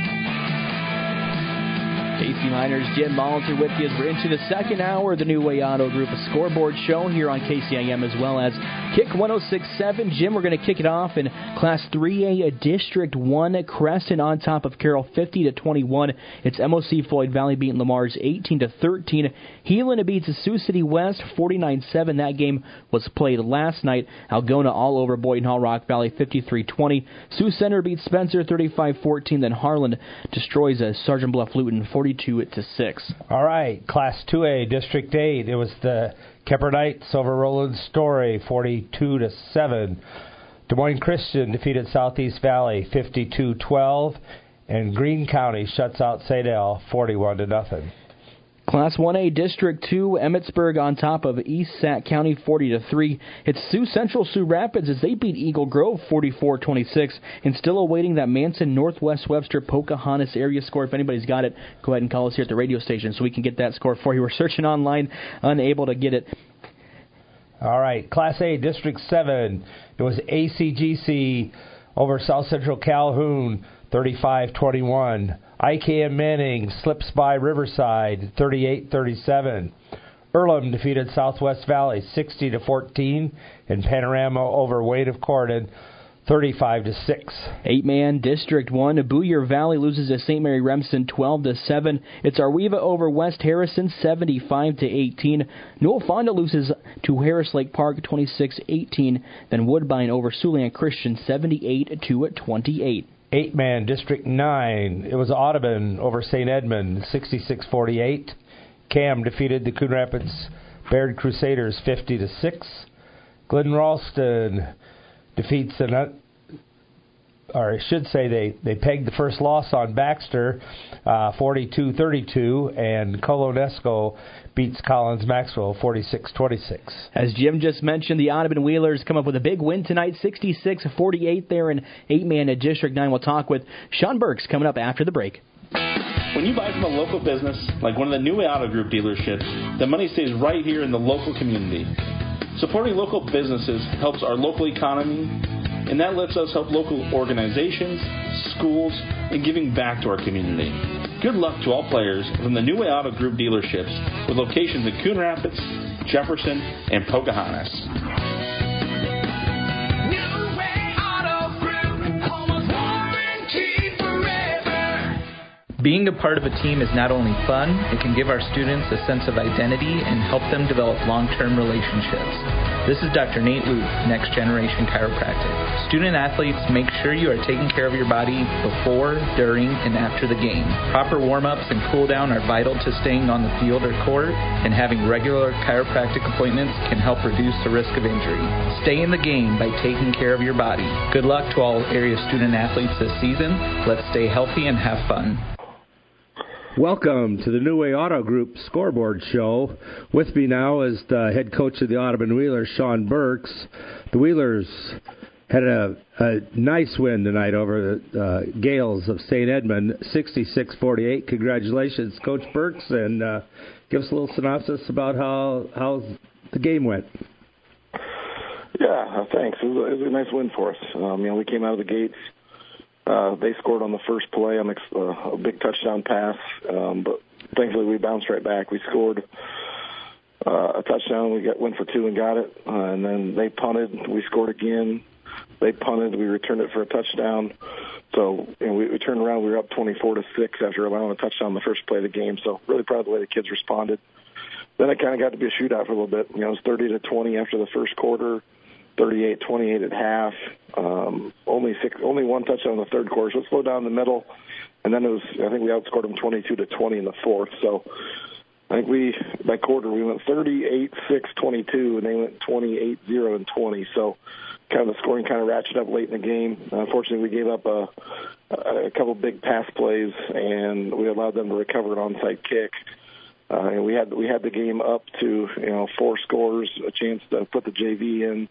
And then they scored, got the onside, and from there on they got it a little tighter. But we didn't let them get down to 2 possessions. We got a big stop on a 2-point conversion to keep it at 18, and then we got a stop and took 3 knees, and we got out of there with an 18-point win in a big district game. Yeah, well, I can tell you right now how that happens, Sean. You said the end of the first quarter is 30-20 or something like that. Well, the second quarter you didn't get much scoring is because everybody was so doggone tired. They couldn't wait to get to halftime to get a little break. Yeah, you could definitely tell the guys in the first quarter were breathing pretty hard. And, that's the thing about 8-man football. We tried to build some depth in this year. We got some guys that only go one way, but we still have a handful of guys that go 2 ways. And at the end of the day, I think there was 15 possessions for each team or something in the game. 1,000-ish yards. I think we had 513, and they had 475 or something like that. So it was a 8-man shootout. We try not to get into those. I honestly told people before the game I think it'll be a 22-20 or 28-26. I really thought it'd be more low scoring. But kudos to them. They had some nice plays. I think they were pretty balanced. I think they were 220 to 250 on the ground and in the air, and we were ground and pound for 450 on the ground and 50 in the air. So 2 different ways to do it. They were balanced. We were pretty heavy on the ground game, but both teams struggled to get stops, and that's definitely going to be a focus for us going forward. We came off a week where we allowed 400 yards last week to Zaire HK, and we allowed almost 500 tonight. So I think we'll have the guys' attention this week in practice, and we got to start finding some ways to get stops. So that's. Obviously, you got your scheme where you missed in tackles, or what you said they obviously they hit you on the first play of the game with a pass play. So, was there some breakdowns in those areas? Yeah, or? It was a couple different things. More than anything, there was a couple times where we just linebackers got caught eyes in the backfield on the play action, and they leaked guys behind them. A couple others, we didn't have terrible coverage. We just had really good passes. A couple others, we let guys get behind us, and then, when you don't know where the ball's at, and their guy comes back and makes a play on it. So kind of a variety of blown assignment and, just not executing. But there's plenty to clean up on film, and we've got some guys that are going to take that personal. So we'll see how it goes. But defensively, we still, we forced, 3 punts. We recovered 2 fumbles. We forced 2 interceptions, and yet we still give up 48 points. So a lot of that is also our offense. When we're scoring the ball and in relatively explosive times. I think we had a 3-play touchdown, a 4-play touchdown, another, I think, 2 or 3 more that were 2 or 3-play touchdowns. So the clock's not moving a whole lot. There's a lot of snaps to play in that game. Well, obviously, you said there was each team had 15 possessions for the game earlier. I mean, we went touchdown, punt, touchdown, 4th down, end of the half. So there's 7 in the first half, and then 4 and out, touchdown, fumble, touchdown, punt, end of the game. So we had 15 possessions if you count the kneel down at the end. Right. Yeah. So and anybody that's watched 8-man games, when you have scenarios like that, you can score in 2 plays, and you may run 40 seconds off the clock. There's no doubt about it. We still had, like I said, 4 turnovers and forced a couple punts, a couple 4th downs. I mean, I think we got stops on half the possession. So the scoreboard looks a little worse, especially when, like I said, later on they had a couple explosive plays and an onside kick. It was kind of in check, and we thought we were going to get the JV in. So overall, a good way to get our guys' attention. We've got to finish games a little bit better. Yeah, I can see that. All right. Well, hey. Up next, you get to make the short trip to Coon Rapids. What do you know about the Crusaders? To be honest, I haven't seen a single snap of CRB yet. We haven't played any similar opponents yet, so it'll be a weekend of watching a lot of film. I know they played Cam tonight and lost, but everyone that's played Cam so far this year, including us, has done the same thing. So there's no shame in that. I know they had a close game with Baxter where they had a halftime lead. They've played a pretty tough schedule, and if you look at the 1-3 record, you're going to be caught sleepwalking. So, I know Coach Moore will have them ready to go. It's homecoming over there. It's a pretty good rivalry. Our kids know each other. The coaches know each other. It's it's the only team that we've played every year of the last 7 or 8 years, whatever it is now. So 2 programs that have a lot of mutual respect, and we know each other well. And I expect a tough physical game next Friday. Well, good luck to you and your team next week, and we'll talk to you again soon. Talk to you next week. Thanks for the coverage, Jim. All right, that's Ben Sean Burks, head coach of the Audubon Wheelers, fresh off a victory tonight over the St. Edmund Gales, 66-48.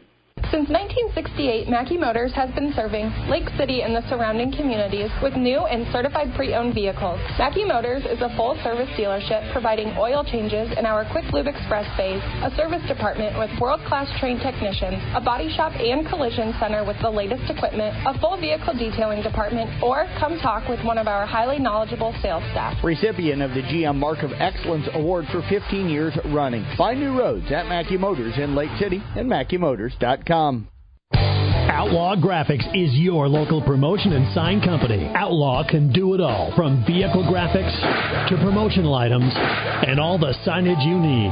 Outlaw does it all, no matter how big or how small your order is. If you need thousands of items for your business, talk to Outlaw. Work with Outlaw's designers from start to finish. You're going to love the results. Call the Outlaw. Outlaw Graphics, 775-2599. Outlaw Graphics in Carroll. Take your brand to the next level with Toploft. From Little League to high school to college and beyond, Toploft in downtown Carroll carries your favorite team's fan gear. Kemper Knights, Carroll Tigers, Cyclones, Hawkeyes, and so much more. Find us on the web at toploftclothing.com and watch for our Tuesday Deal of the Day on our Facebook page. We also love working with local teams and businesses to provide custom apparel for them and their customers. Quick turnaround, low minimums. Elevate your brand to the top with Toploft in downtown Carroll. Since 1984, Culver's has been delighting guests one meal at a time with signature butter burgers made with fresh, never frozen Midwest raised beef. Pair it with Wisconsin cheese curds and made daily fresh frozen custard. Now that's a winning combination. Culver's famous custard is made fresh throughout the day, every day. With over 30 toppings to choose from, there is something for everyone. Grab a shake, malt, concrete mixer, or sundae. Find your favorite. Check out the flavor today online at culvers.com. Culver's, welcome to delicious.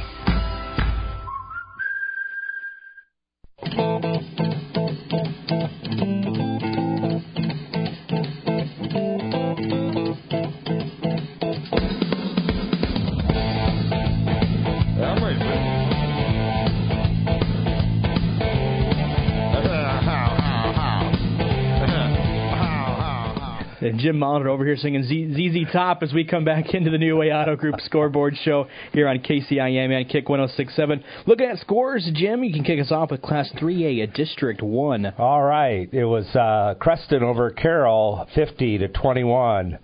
MOC Floyd Valley gets by Lamar's 18-13. Last night, Sioux City Heelan defeated Sioux City West 49-7. Algona over Boyden Hall Rock Valley 53-20. Harlan defeated Sergeant Bluff Luton 42-6. And Sioux Center defeated Spencer 35-14. Class 2A at District 8, the Kemper Knights all over Roland Story 42-7. It's Greene County picking up another win as they win 41-0. Then Des Moines Christian over Southeast Valley 52-12. In Class 1A District 2, it was Emmetsburg over East Sac 40-3. Sioux Central Sioux Rapids over Eagle Grove 44-26, and we're still looking for the Manson Northwest Webster Pocahontas area score. Yeah, that score is still 20-18 in the fourth quarter. So that's the last score update we have on that one. Looking at Class A District 7, ACGC all over South Central Calhoun. I should say all over. It was a close game, 35-21. Riverside loses to IK Manning on a close one, 38-37. IK Manning was down in that game, 30-12 at one point. They come back and win. Southwest Valley loses to Earlham, 60-14. Then Panorama all over Wayne of Corden, 35-6. In 8-man District 1, it was Arweva over West Harrison, 75-18. This doesn't really look like an 8-man score, but Remsen St. Mary's defeated Boyer Valley 12-7.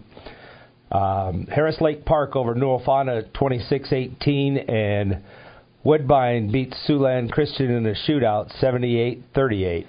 8-man at District 9, Audubon over St. Edmunds, 66-48. We just heard from Wheeler's head coach Sean Burks on the win. Caminita over Coon Rapids Baird in a non-district matchup, 50-6. Glidden Ralston beats a Baxter who came into tonight undefeated, 42-32. Then Colonesco over Collins Maxwell, 46-26. We'll catch up with our Weeva head coach Isaac Schaefer as the Rockets move to 4-0. They pick up a 75-18 win over West Harrison. Schaefer coming up following the break. When athletes are at peak performance, they need electrolytes and carbs to keep them fueled and in the game. Athletes who give 100% know to reach for Gatorade from Pepsi Beverages of Carroll. From the pros to high school to weekend athletes, Gatorade keeps you hydrated and keeps you in the game. Reach for Gatorade, brought to you by Pepsi Beverages of Carroll. When you buy from a local business, like one of the New Way Auto Group dealerships, the money stays right here in the local community. Supporting local businesses helps our local economy, and that lets us help local organizations, schools, and giving back to our community. Good luck to all players from the New Way Auto Group dealerships with locations in Coon Rapids, Jefferson, and Pocahontas. New Way Auto Group, home of warranty forever. Welcome to the New Way Auto Group Scoreboard Show. With me now is Isaac Schaefer, the co-head coach of the Arweva Rockets, fresh off a 75-18 victory versus West Harrison tonight. And Coach Schaefer, that's a pretty good-sized win for you guys. Tell us a little bit about it. I mean, it was a good-sized win, but this is one of our first games that we actually play a full, complete game. So pretty proud of our guys that we completed the whole game of participating and actually getting to execute our cues and all that. Okay, so the offensively, what were some of your standout participants and or plays that happened tonight? Oh man, I mean, both Regala boys. I mean, they're freaking great athletes. I mean, got our offensive line great job, getting the push, sealing the edge, and I let the Regala boys, be shifty and outrun some of these guys. So the next thing is obviously Blaine. Blaine did a really good job reading. Obviously, their coverage, they kind of play like a soft cover one, making the right reads more times than not, putting the ball where it needs to be, and obviously our receivers catching it and making the yards after the catch. So other than the Regaler boys that played well, how about the offensive line in there with their blocking and for the protection and opening holes, huh? Oh, this is probably, for offensive linemen, this is probably one of their better games they had. They have a great job getting the push, getting the first step off the ball, allowing our Regala boys or Blaine to run it up to either inside holes or seal the end guy to obviously allow us to run on the outside. Like I said, the linemen did a great job this game. Okay, how about some of the defensive highlights of the game? Defense, the first couple of minutes, defense struggled a little bit, kind of figure out who we need to get, how to stay on coverage. Then after kind of the boat settled down, we did pretty good. Obviously, all 8 guys with our flex defense, all 8 guys got played together. The last 40 minutes, we played all together, kept everything in front of us, put pressure on the quarterback, got him a little riled up, and our comfort. And obviously, our D-backs did a pretty good job staying on coverage and if they didn't make passes, it was a tough catch. Yeah, that sounds good. All right, so now I have to ask. You win 75-18. Do you try to let kids play other positions, or do you just have to kind of stick with what you got and just say, hey, I'm sorry, we can't just not play them because this is what we have number wise. We got basically most of our starters out, and we only have 14 guys on the team, so you can't take every starter out, which is kind of scares us a little bit. Like, there's that one of our starters out there where they get hurt. But the guys who got in, some of them did play opposition. We had a lineman play running back, so that's always a lineman's dream to get the ball here and there. We had a freshman. I don't know how he did it. Broke off like a 40, 50-yard run, broke some tackles, and scored. So, for a freshman, that's a big-time thing. Besides that, everyone else who was on this bench got on. They did a really great job. We just told them, hey, it's just basically think of it as practice and obviously execute. You know what to do and just be aggressive, and they did that. So we're really proud of them for that. Well, yeah, you have to be to. Oh, yeah. Yeah, especially with the numbers. And I hate to dwell on the numbers thing, but that's what it is for you guys. Oh, yeah. But we're proud of them. Yeah, and, they're doing a great job. So, all right, let's see. Next week, you will be playing Woodbine. Woodbine. What do you know about Woodbine? We know they're pretty good here. A little more pass happy your team, but granted, we saw some of their stats. Well, I looked up their stats before this interview. They're kind of starting to be a little more balanced. Granted, tough team to beat. Granted, they're kind of like us. They know how to get guys open. Defensively, they're pretty tough too. So it's going to be a really tough matchup, and our guys just got to bring the heat like they did this week. Well, that sounds like you'll be ready to go for them, and good luck next week, and hope the Rockets come home with another victory. All right, thank you. All right, that's been Isaac Schaefer, one of the co-head coaches of the Arweva Rockets, fresh again off of a 75-18 win over West Harrison. Being a part of a team is not only fun, it can give our students a sense of identity and help them develop long-term relationships. This is Dr. Nate Luke, Next Generation Chiropractic. Student athletes, make sure you are taking care of your body before, during, and after the game. Proper warm-ups and cool-down are vital to staying on the field or court, and having regular chiropractic appointments can help reduce the risk of injury. Stay in the game by taking care of your body. Good luck to all area student athletes this season. Let's stay healthy and have fun.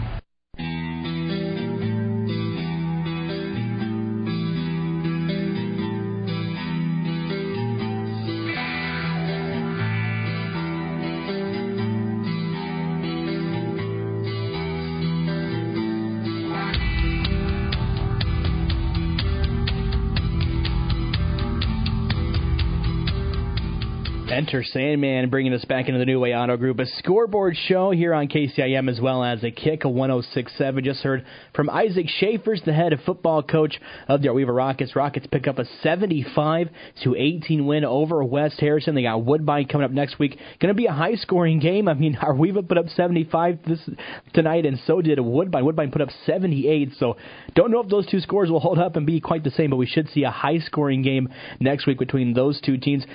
Carroll Tigers lose tonight 50-21. We'll catch up with head coach Craig Rowetter after the break. Since 1984, Culver's has been delighting guests one meal at a time with signature butter burgers made with fresh, never frozen Midwest raised beef. Pair it with Wisconsin cheese curds and made daily fresh frozen custard. Now that's a winning combination. Culver's famous custard is made fresh throughout the day, every day. With over 30 toppings to choose from, there is something for everyone. Grab a shake, malt, concrete mixer, or sundae. Find your favorite. Check out the flavor today online at culvers.com. Culver's, welcome to Delicious. Since 1968, Mackey Motors has been serving Lake City and the surrounding communities with new and certified pre-owned vehicles. Mackey Motors is a full-service dealership providing oil changes in our Quick Lube Express bays, a service department with world-class trained technicians, a body shop and collision center with the latest equipment, a full vehicle detailing department, or come talk with one of our highly knowledgeable sales staff. Recipient of the GM Mark of Excellence Award for 15 years running. Find new roads at Mackey Motors in Lake City and MackeyMotors.com. Welcome back here to the New Way Auto Group Scoreboard Show. I'm Tom Hawkamp, joined by the head coach of the Carroll Tigers, Craig Rowetter. Tigers fall tonight to Creston, 50-21. And, Coach, you brought in a tough team in this Creston squad. You guys went out there. The opening drive by Creston, it looked like you guys had their number. They weren't going to be able to run on you tonight. Yeah, we focused all week on stopping, the Hayes 45, and that's a huge task. And, and they took advantage of us later on because they obviously saw we were up to stop the run tonight. Well, when you moved up to stop the run, and you stopped the run well all night, they really never got that going, but they've got enough talent and enough different guys around there. They were able to find some seams on the passing game, hit some quick ones. That second drive they had, it took them a little bit, but then the next three drives were just bang, bang, bang, guys kind of getting a little bit out of place and getting behind receivers for you. How do you correct that going on this season, because now everybody's going to see that on the tapes? Yeah, it was kind of a little bit similar situation last week, unfortunately, in the secondary. But, we got to get a little more pressure up front. It's not just the defensive backs. They if the quarterback has all day to throw, they do. But, one of those quick ones was just a missed tackle, too, and that's, kind of the risk you take when you're going to go one-on-one with them. If you miss that tackle, there's nobody home to help you out. So one time it was just, kind of a misalignment. A good job by them. They shifted some guys around, and our young guys in the back got a little confused. And but credit to that. We knew coming in that they had a pretty potent offense. You forced them defensively to kind of bring some extra guys up into the boxes as you were trying to run the ball. You had some success, just couldn't quite sustain the drives through the first half. You did have that one late in the first half where you got down to the goal line, then a couple penalties moved you back, missed the field goal, but you had some success moving the ball. How did you take that into the halftime and get those guys fired up? Because they didn't just quit on you. They came back out and showed what they could do in that second half. Yeah, and that's what we told them at halftime. It was almost a replay of the speech at Gilbert. As far as except, no disrespect to Gilbert. These guys are quite a bit better than Gilbert. So I told, they didn't, in fact, they might have subbed maybe the very last series. Otherwise, we still took it to their number ones, right after halftime and put 3 scores up on them. So we just asked the offensive line what they're comfortable with. We did bring out one different formation for tonight's game, and they liked running that, so we stuck with that in the run game. I thought Christian Taylor came in and gave us a little, Cooper Ludwig got a little banged up, and with district play next week, we really didn't want to risk that. So Christian Taylor, being a senior, stepped up big time, and the offensive line, went to work there in the second half. The only downside was we kind of were trading scores instead of, getting them and getting stops. You talk about Christian Taylor. He has shown you that he's got that explosive speed. That's why he's out there on that kickoff return team. He found a way to kind of work his way through some seams tonight, and that's really what propelled that offense a few times for you. But then Essex found those big plays on third down to keep the drives going there in the second half. Yeah, Carter, he kind of got a little thing going there with Tate Schleifman tonight, and even Evan Hammer came open a couple times across the middle. But, Christian, he had a little rough night week one.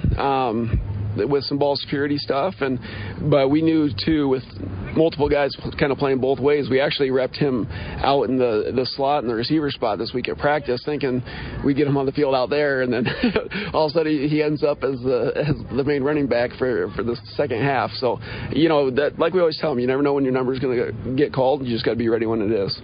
4 games into the season, what do you know about this team, and what's the biggest thing they got to work on as you start district play next week? The biggest thing we know is they don't give up. They always fight back in the second half. The non-district schedule kind of treated us like a baby treats a diaper for especially the last 3. So but the schedule doesn't get any easier especially with the road trips we're gonna get. And next week we open district play with MOC Floyd Valley, and they're that was kind of a slugfest last year with, I think it was 7-0 late, and we had to kind of throw, and they got a pick and ended up being 14-0. But so we know it's going to be a battle next week, a physical battle, and I think our guys will look at the tape this weekend and they'll be ready to roll. Talking about physicality, how's your team holding up? I know there were some injuries, some bruised up guys coming in. You talked about Cooper kind of getting injured a little bit tonight. How's this team looking going into that 5th week of football?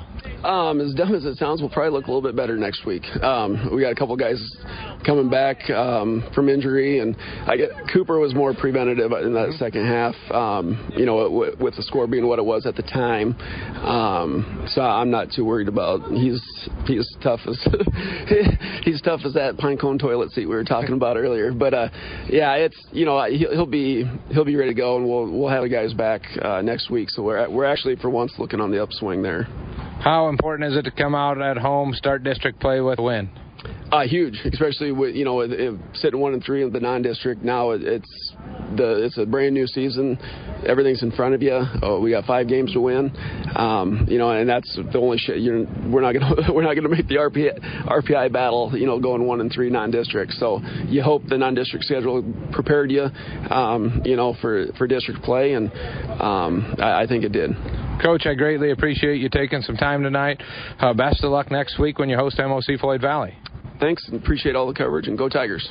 That is Carroll Tiger head coach Craig Rowetter as his team falls to Creston 50-21 here at the Carroll Athletic Field. I'm Tom Hockamp. You're listening to the New Way Ford Scoreboard Show on 1380 KCIM and Kick 106.7. When you buy from a local business like one of the New Way Auto Group dealerships, the money stays right here in the local community.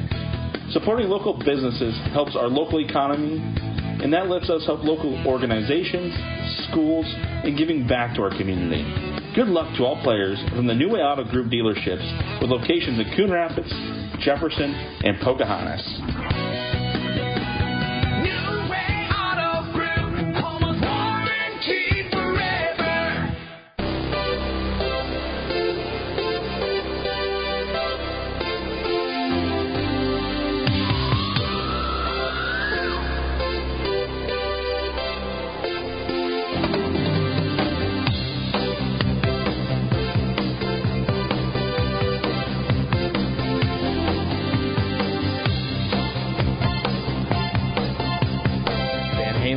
Jump, bringing us back into the New Way Auto Group, a scoreboard show here on Kick 106.7 as well as a KCIM. With a quick shout out to Hy-Vee for providing food tonight for us back here in the studios, and also those out broadcasting games that brought in some meat and cheese trays. I know both Jeff and Jim have been over there mowing down on those meat and cheese trays. There ain't much left far for you.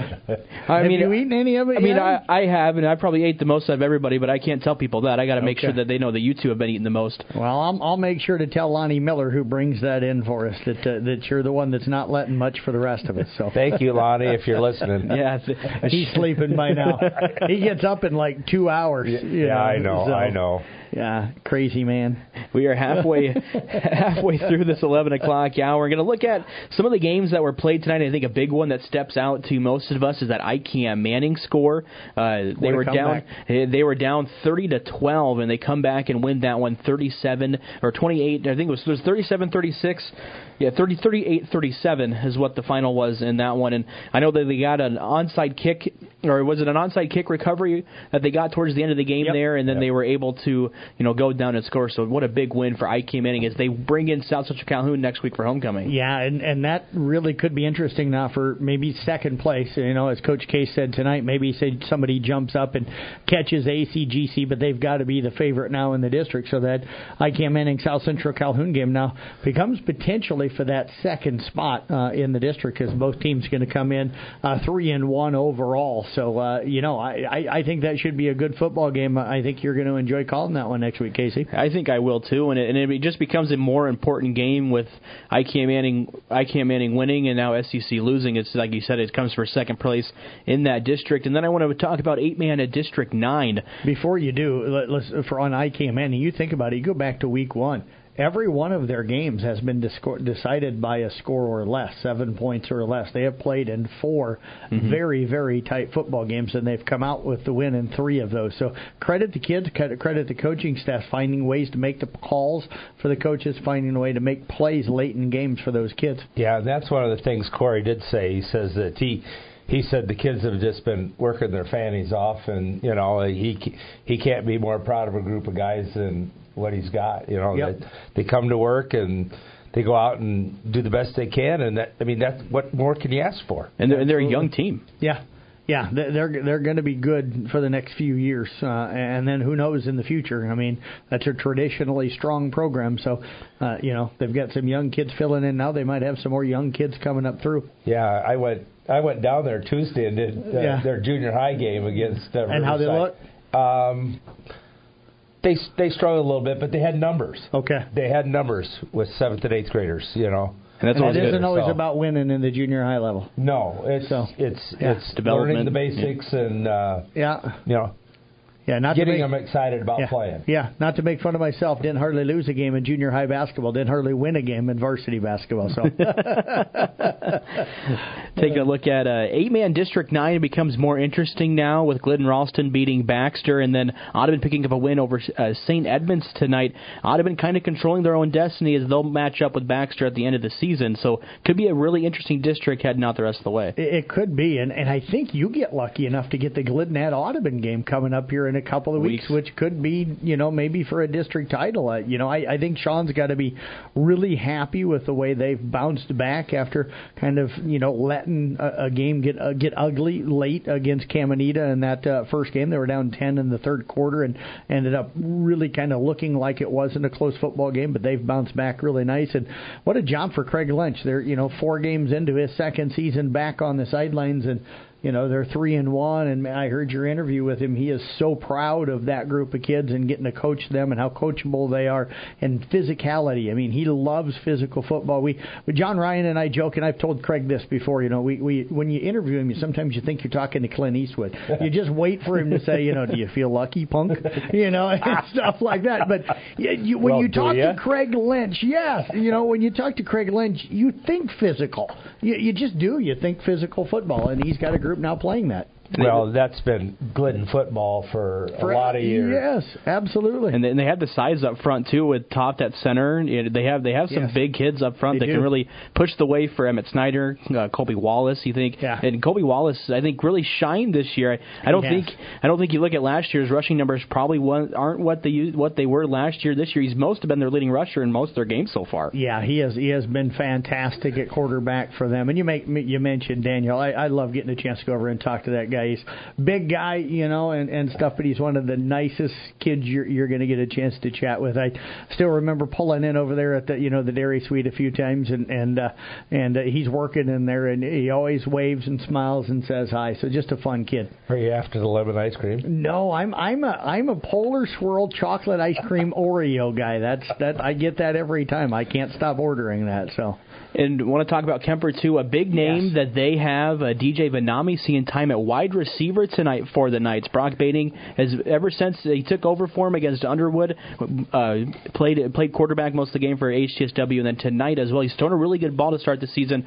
Could potentially see DJ Vanami playing more wide receiver for the Knights going forward. Yeah, and that's the interesting thing. Of course, he's heading to Iowa after this year, and he's going over there as a tight end and stuff. But they really felt they were going to need him to, play that quarterback position. And he's such a great athlete and such a dynamic runner.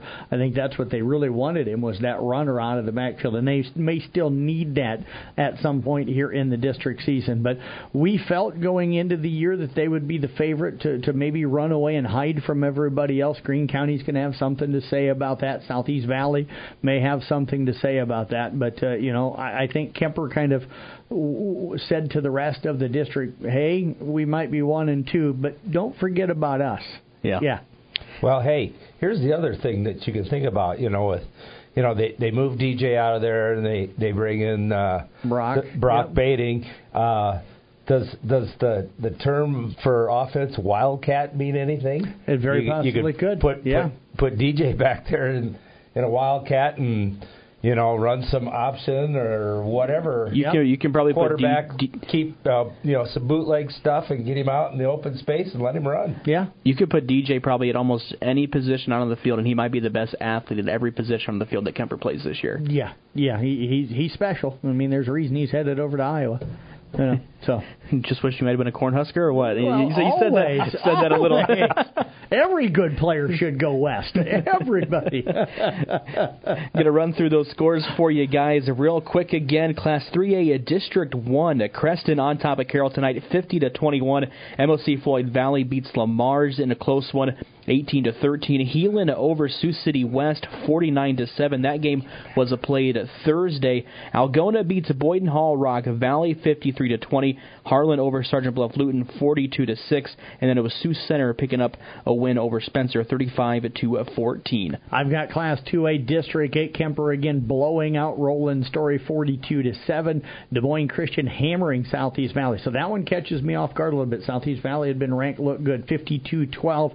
And Greene County looking like everybody expected, beating Sadell by a final of 41-0. Hey, in Class 1A, District 2, it was Emmetsburg over East Sac, 40-3. Sioux Central, Sioux Rapids, 44. Eagle Grove, 26. And again, we're still looking for that Manson Northwest Webster Pocahontas area score. Yeah, I just updated my things. It still says 20-18 in the fourth quarter for Pokey on that one. Class A, District 7, ACGC on top of South Central Calhoun. That game was heard tonight on a kick 106.7, 35-21. IKEA Manning beats Riverside. We talked about the Wolves a little bit, 38-37. It's Earlham all over Southwest Valley, 60-14. An interesting one. Southwest Valley came in ranked third to start the season. They lose to South Calhoun, 47-0. Now 60-14 to Earlham, and then a Panorama all over Wayne Corden of 35-6. Don't want to be critical of Southwest Valley, but that's why early season rankings don't. It's not something people need to pay attention to. A lot of times they don't mean a whole lot. 8-man at District 1, Arweva Rockets 4-0. Tip your cap to Austin Stolk and Isaac Schaefer's and that whole group of kids, taking some thumpings the last few years as young guys, and now this year sitting undefeated, got a chance to go 5-0 next week with Woodbine. Yeah, the whole group of 14. Yes. That's one of the remarkable things. Is special story going on over at Arweva this year. 75-18, they roll over West Harrison tonight. Boyer Valley really challenged Remsen St. Mary's. That's a surprising one. 12-7. The Hawks, they pick up the win there. Woodbine, who Arweva has next week, got the offense rolling. They blow out Siouxland Christian 78-38, and Harris Lake Park 26-18. New Fonda dropping their second. And guys, what's the over-under? I'm not a gambler, so I'm not Jeff Hondold. I don't look at all those things and stuff like Hondold does. But you got Arweva and you got Woodbine. They combine for what? 160 almost. What's the over? What's the over-under in that game next week? It could be a very high-scoring game next week. Woodbine likes to throw. Both teams like to throw the football. Let's say that both teams have athletes so they can get out in space. So it could be a very high-scoring game next week. Could very well be. And the last bunch we have is 8-man District 9 over the Wheelers of Audubon over the Gales of St. Edmund, 66-48. The Crusaders of Coon Rapids Bayard, they fall at Caminita 50-6. The Glidden-Ralston Wildcats beat a former undefeated team in Baxter 42-32, and Colonesco beats Collins Maxwell. 46-26. That's why I said this is going to be an interesting district. Collins Maxwell played 2 close games with Glidden-Ralston and Audubon, both lose, and they beat, Colonesco beat Audubon, or lost to Audubon and Glidden-Ralston are close, and then they beat Collins Maxwell tonight by 20, and Audubon beaten St. Ed's, a team that lost in overtime last week to Baxter. Baxter loses tonight. Very interesting district going forward in that 8-man District 9. Yeah, it could very well be. That's going to be an interesting one. We will go ahead, step away, take a break. We got our last coach, Eric McCullough, will join us in a little bit as the Raiders lost tonight 40-3. We'll have McCullough coming up right after the break. At St. Anthony Rehab, we offer services with licensed therapists to help children establish a strong foundation for future learning. Hi, this is Jenny Ogman, physical therapist with St. Anthony Rehab Services. I'm a part of the Pediatric Therapy Squad. Our goal is to help infants, teens, and children with speech, occupational, and physical therapy needs. For speech therapy, we can help your child put thoughts into words and sentences, learn to arrange sounds, practice listening skills, and more. Helping children with occupational therapy could include help with developing fine motor skills, hand-eye coordination, behavior coping skills, and play skills. With physical therapy, we work on improving gross motor skills, balance, posture, coordination, and more. The Pediatric Therapy Squad is playing to make progress. Learn more by contacting the St. Anthony Rehabilitation Services Department located within St. Anthony Regional Hospital. Always look to the cross, always St. Anthony. Score big when you come on down to the Carroll Pizza Ranch to dig into the country's best chicken, piping hot pizza, and their fresh salad bar. They're open to serve you all your Pizza Ranch favorites from 11 to 8 on Fridays, Saturdays, and Sundays, and Monday through Thursday from 11 a.m. to 2 p.m. and 5 to 8. Get their famous buffet your way, where you can request your favorite pizza. Everyone wins at Pizza Ranch, just off Highway 30, downtown Carroll, open 7 days a week. Whoa, that's good. Welcome to the New Way Auto Group Scoreboard Show. With me now is the head coach of the East Sac Raiders, Eric McCullough. The Raiders fell tonight to Emmitsburg 40-3. And so, Eric, what could you tell us about how the game went? Jim, it really started out okay. I mean, I thought the kids had a pretty good plan. I mean, we had a good plan put together. We played well. It started off, we kicked to them. Their first drive, they fumbled. We recovered. We were able to hit a big pass play right away.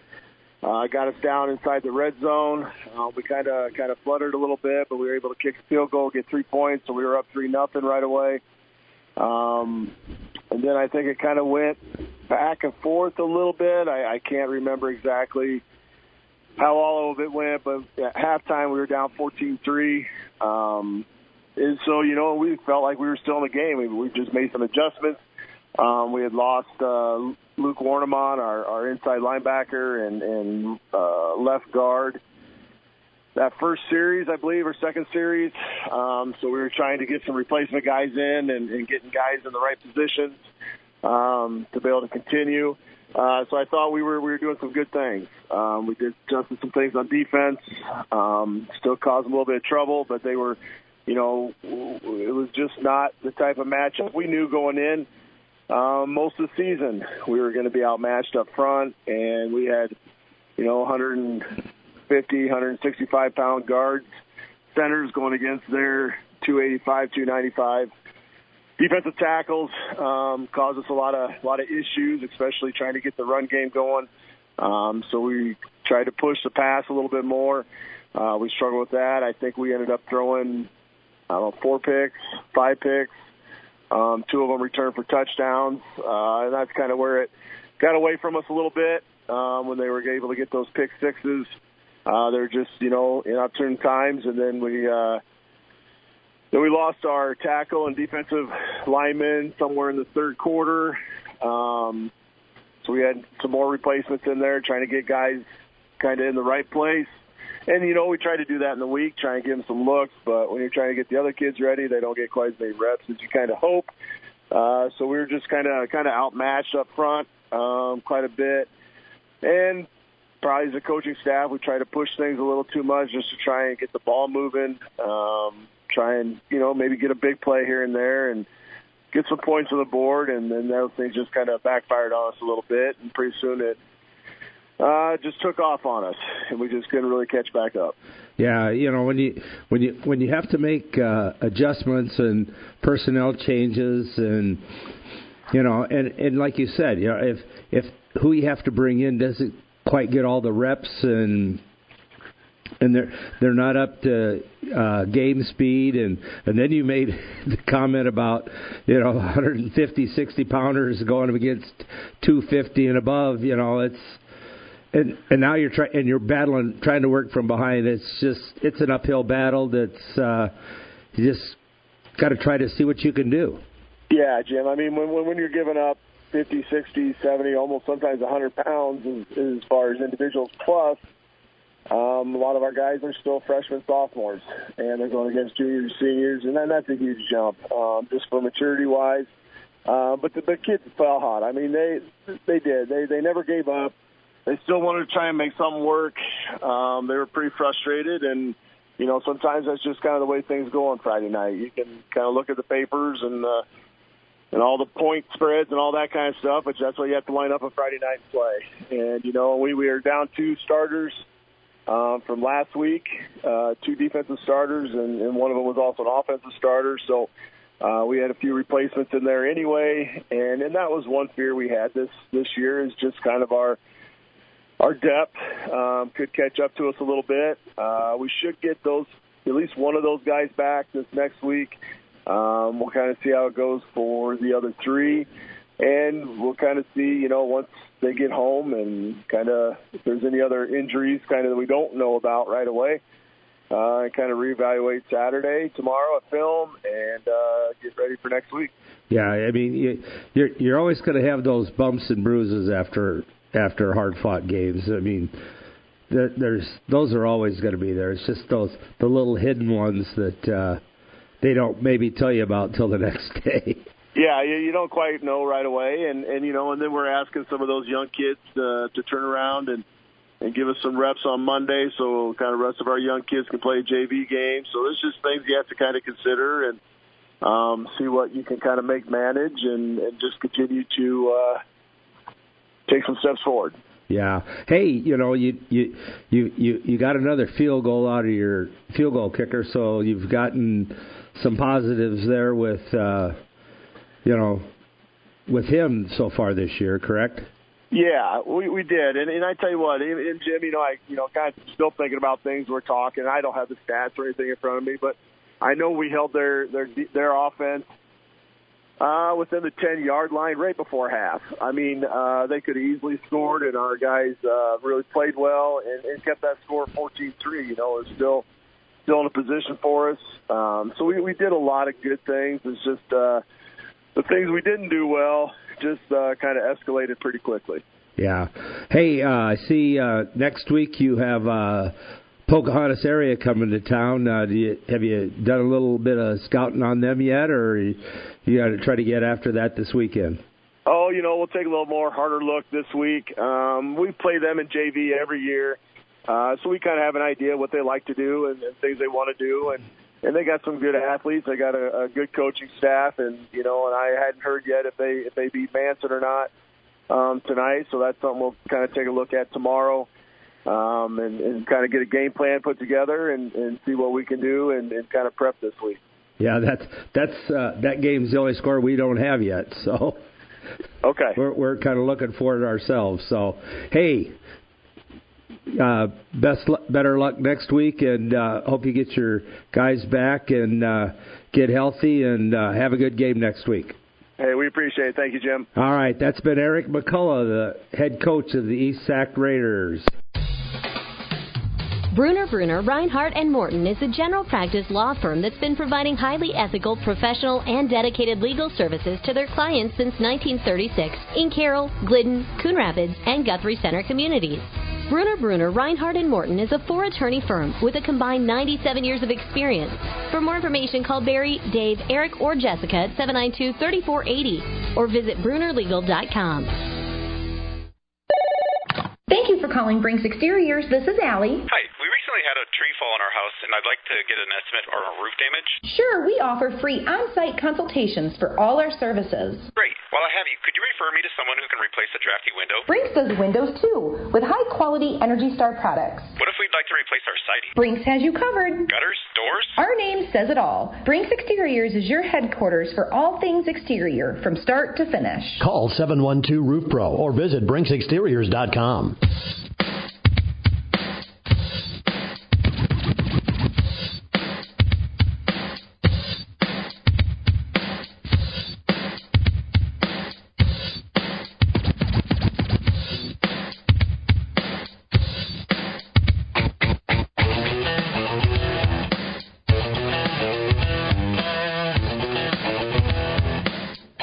Run DMC and Aerosmith, Walk This Way, bringing us back in the New Way Auto Group Scoreboard show. I know that he requested a lot of the songs that are played on here, so we got to thank Honnold for at least something. Yeah, and the one positive thing he's done, in all the years he's helped us. No, I'm kidding. We are approaching the end of the Scoreboard show. We'll run through scores for you. We finally got the Manson Northwest Webster Pocahontas scorable start in Class 3A District 1. Jim, if you want to lead us off. I will do so. It was the Tigers falling tonight to the Panthers of Creston, 50-21. MOC Floyd Valley defeats Lamar's 18-13. Score from last night, it was Bishop Heelan beating Sioux City West 49-7. Algona over Boyden Hall Rock Valley 53-20. Harlan defeats Sergeant Bluff Luton 42-6, and Sioux Center defeated Spencer 35-14. Class 2A District 8, Kemper all over Roland Story as they go to 2-2, 1-0 in that District 8 play, 42-7. Des Moines Christian over Southeast Valley 52-12, and then Greene County over Sadell 41-0. Class 1A District 2 ESAC falls tonight as they lose to Emmetsburg 40-3. It was Eagle Grove losing as well to Sioux Central Sioux Rapids 44-26. And thanks to Eric Francis, the AD up at Pocahontas area, reached out to him. He let us know that Manson Northwest Webster did knock off Pocahontas area tonight. The final there 24-20. All right, in Class A District 7, it was ACGC over South Central Calhoun 35-21. IKM Manning fights back after being down 37-19 to start the fourth to defeat Riverside 38-37. Earlham over Southwest Valley 60-14, and Panorama defeats Wayne Corridon 35-6. 8-man at District 1, the Arriva Rockets. We talked about them earlier. They moved to 4-0, 75-18 with the win over West Harrison. Remsen St. Mary's, not quite your 8-man score. They beat Villiers Valley 12-7. Harris Lake Park over Newell Fonda 26-18. And then it's Woodbine all over Siouxland Christian in a shootout, 78-38. 8-man at District 9. Audubon impressive for a second straight week, knocking off St. Edmund 66-48. It was Coon Rapids Baird falling to Caminita, the number one ranked team, 50-6. Glidden Ralston, they look good again. They knock off a Baxter, the final there, 42-32, and it was Colonesco over Collins Maxwell by a final of 46-26. Got one more ad to play. We'll wrap up the show coming up next following this break. Feld Security of Carroll is the choice of homeowners and business professionals. They choose Feld Security because of the local and prompt service, 24/7 technician support, and the ability to control their security devices from their mobile devices. That makes keeping your property safe even easier. A professional Feld representative can help you create a protection plan for your home or business. Feld Security of Carroll, proud supporters of our area high school athletes.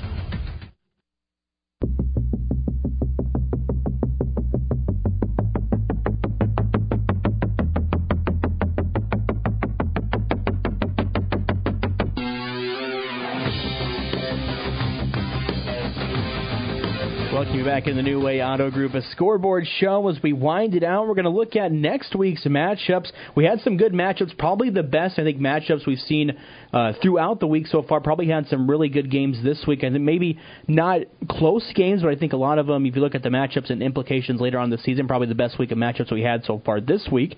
If I would say so, at least. Yeah, I would say that the games this week that we just went through, now you look at next week's schedule and you kind of go, we got some really good matchups coming up next week as well. That's the fun part when you get here to the middle of the season. For Carroll, they might be sitting 1-3, but they're hosting MOC Floyd Valley. It's the district opener. It's kind of a start of a whole new season for them. Well, right, and everybody's 0-0. Yep. Everybody's starting with a clean slate. Yep.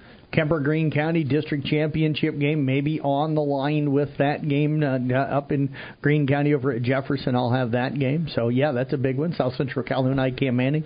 Casey, you get that game on Kick coming up. I think I'd been saying all night long it's on KKRL, but that one is on Kick 106.7. Yeah, Nick going to bring us that MOC Floyd Valley Carroll game. Carroll expecting to get quite a bit of starters back next week from injuries. Looking at other games that won't be broadcasted on the air, we got Pocahontas area as they travel to East Sac. Raiders going to look to bounce back, and they probably have a good shot at bouncing back against a Pocahontas area team that lost tonight. That one going to kick off at 7 o'clock. Woodbine and Arweva, we're going to expect it to be a shootout. Both teams put up 70-plus tonight. That one's going to kick off at 7. Watch that finish 6-3. Oh, it might. We had a St. Mary Remsen and Blue Valley finish 12-7 tonight, so it could very well finish 6-3. Audubon and Coon Rapids Baird. The Wheelers will travel to Coon Rapids Baird. I know Chris Moore, I think he wants to play Audubon, but a little hesitant on it because he said that the Wheelers in his interview always seem to have CRB's number, so that should be a good one. Into Coon Rapids Baird, it's going to be, I think, Coon's homecoming, if I'm not mistaken. I think Coach Moore mentioned that. So that one's going to be a 7 o'clock kick, and then Collins Maxwell and Glidden Ralston Wildcats got a chance to move to 4-1 with a 7 o'clock kick, and then it's going to be Honnold and Hawcap on the scoreboard show. Actually, Honnold and Danner probably next week is who is going to be. So Todd Danner, and then we might see if Nick slips over here to take over for Honnold. That poor guy works a lot. I give him a hard time all the time, but he's up early in the morning, and we don't want him up too late at night. So we'll see. Nick had mentioned that he might be willing to do that, but we'll wait and see. Honnold might not be willing to give it up either. So I'm going to mention this. We are 3 seconds to the top of the hour, and we are going to get ready to finish the show at noon. So thank you, everybody, for tuning in to the New Way Auto Group Scoreboard Show. Real quick, I want to thank Hy-Vee for providing food tonight.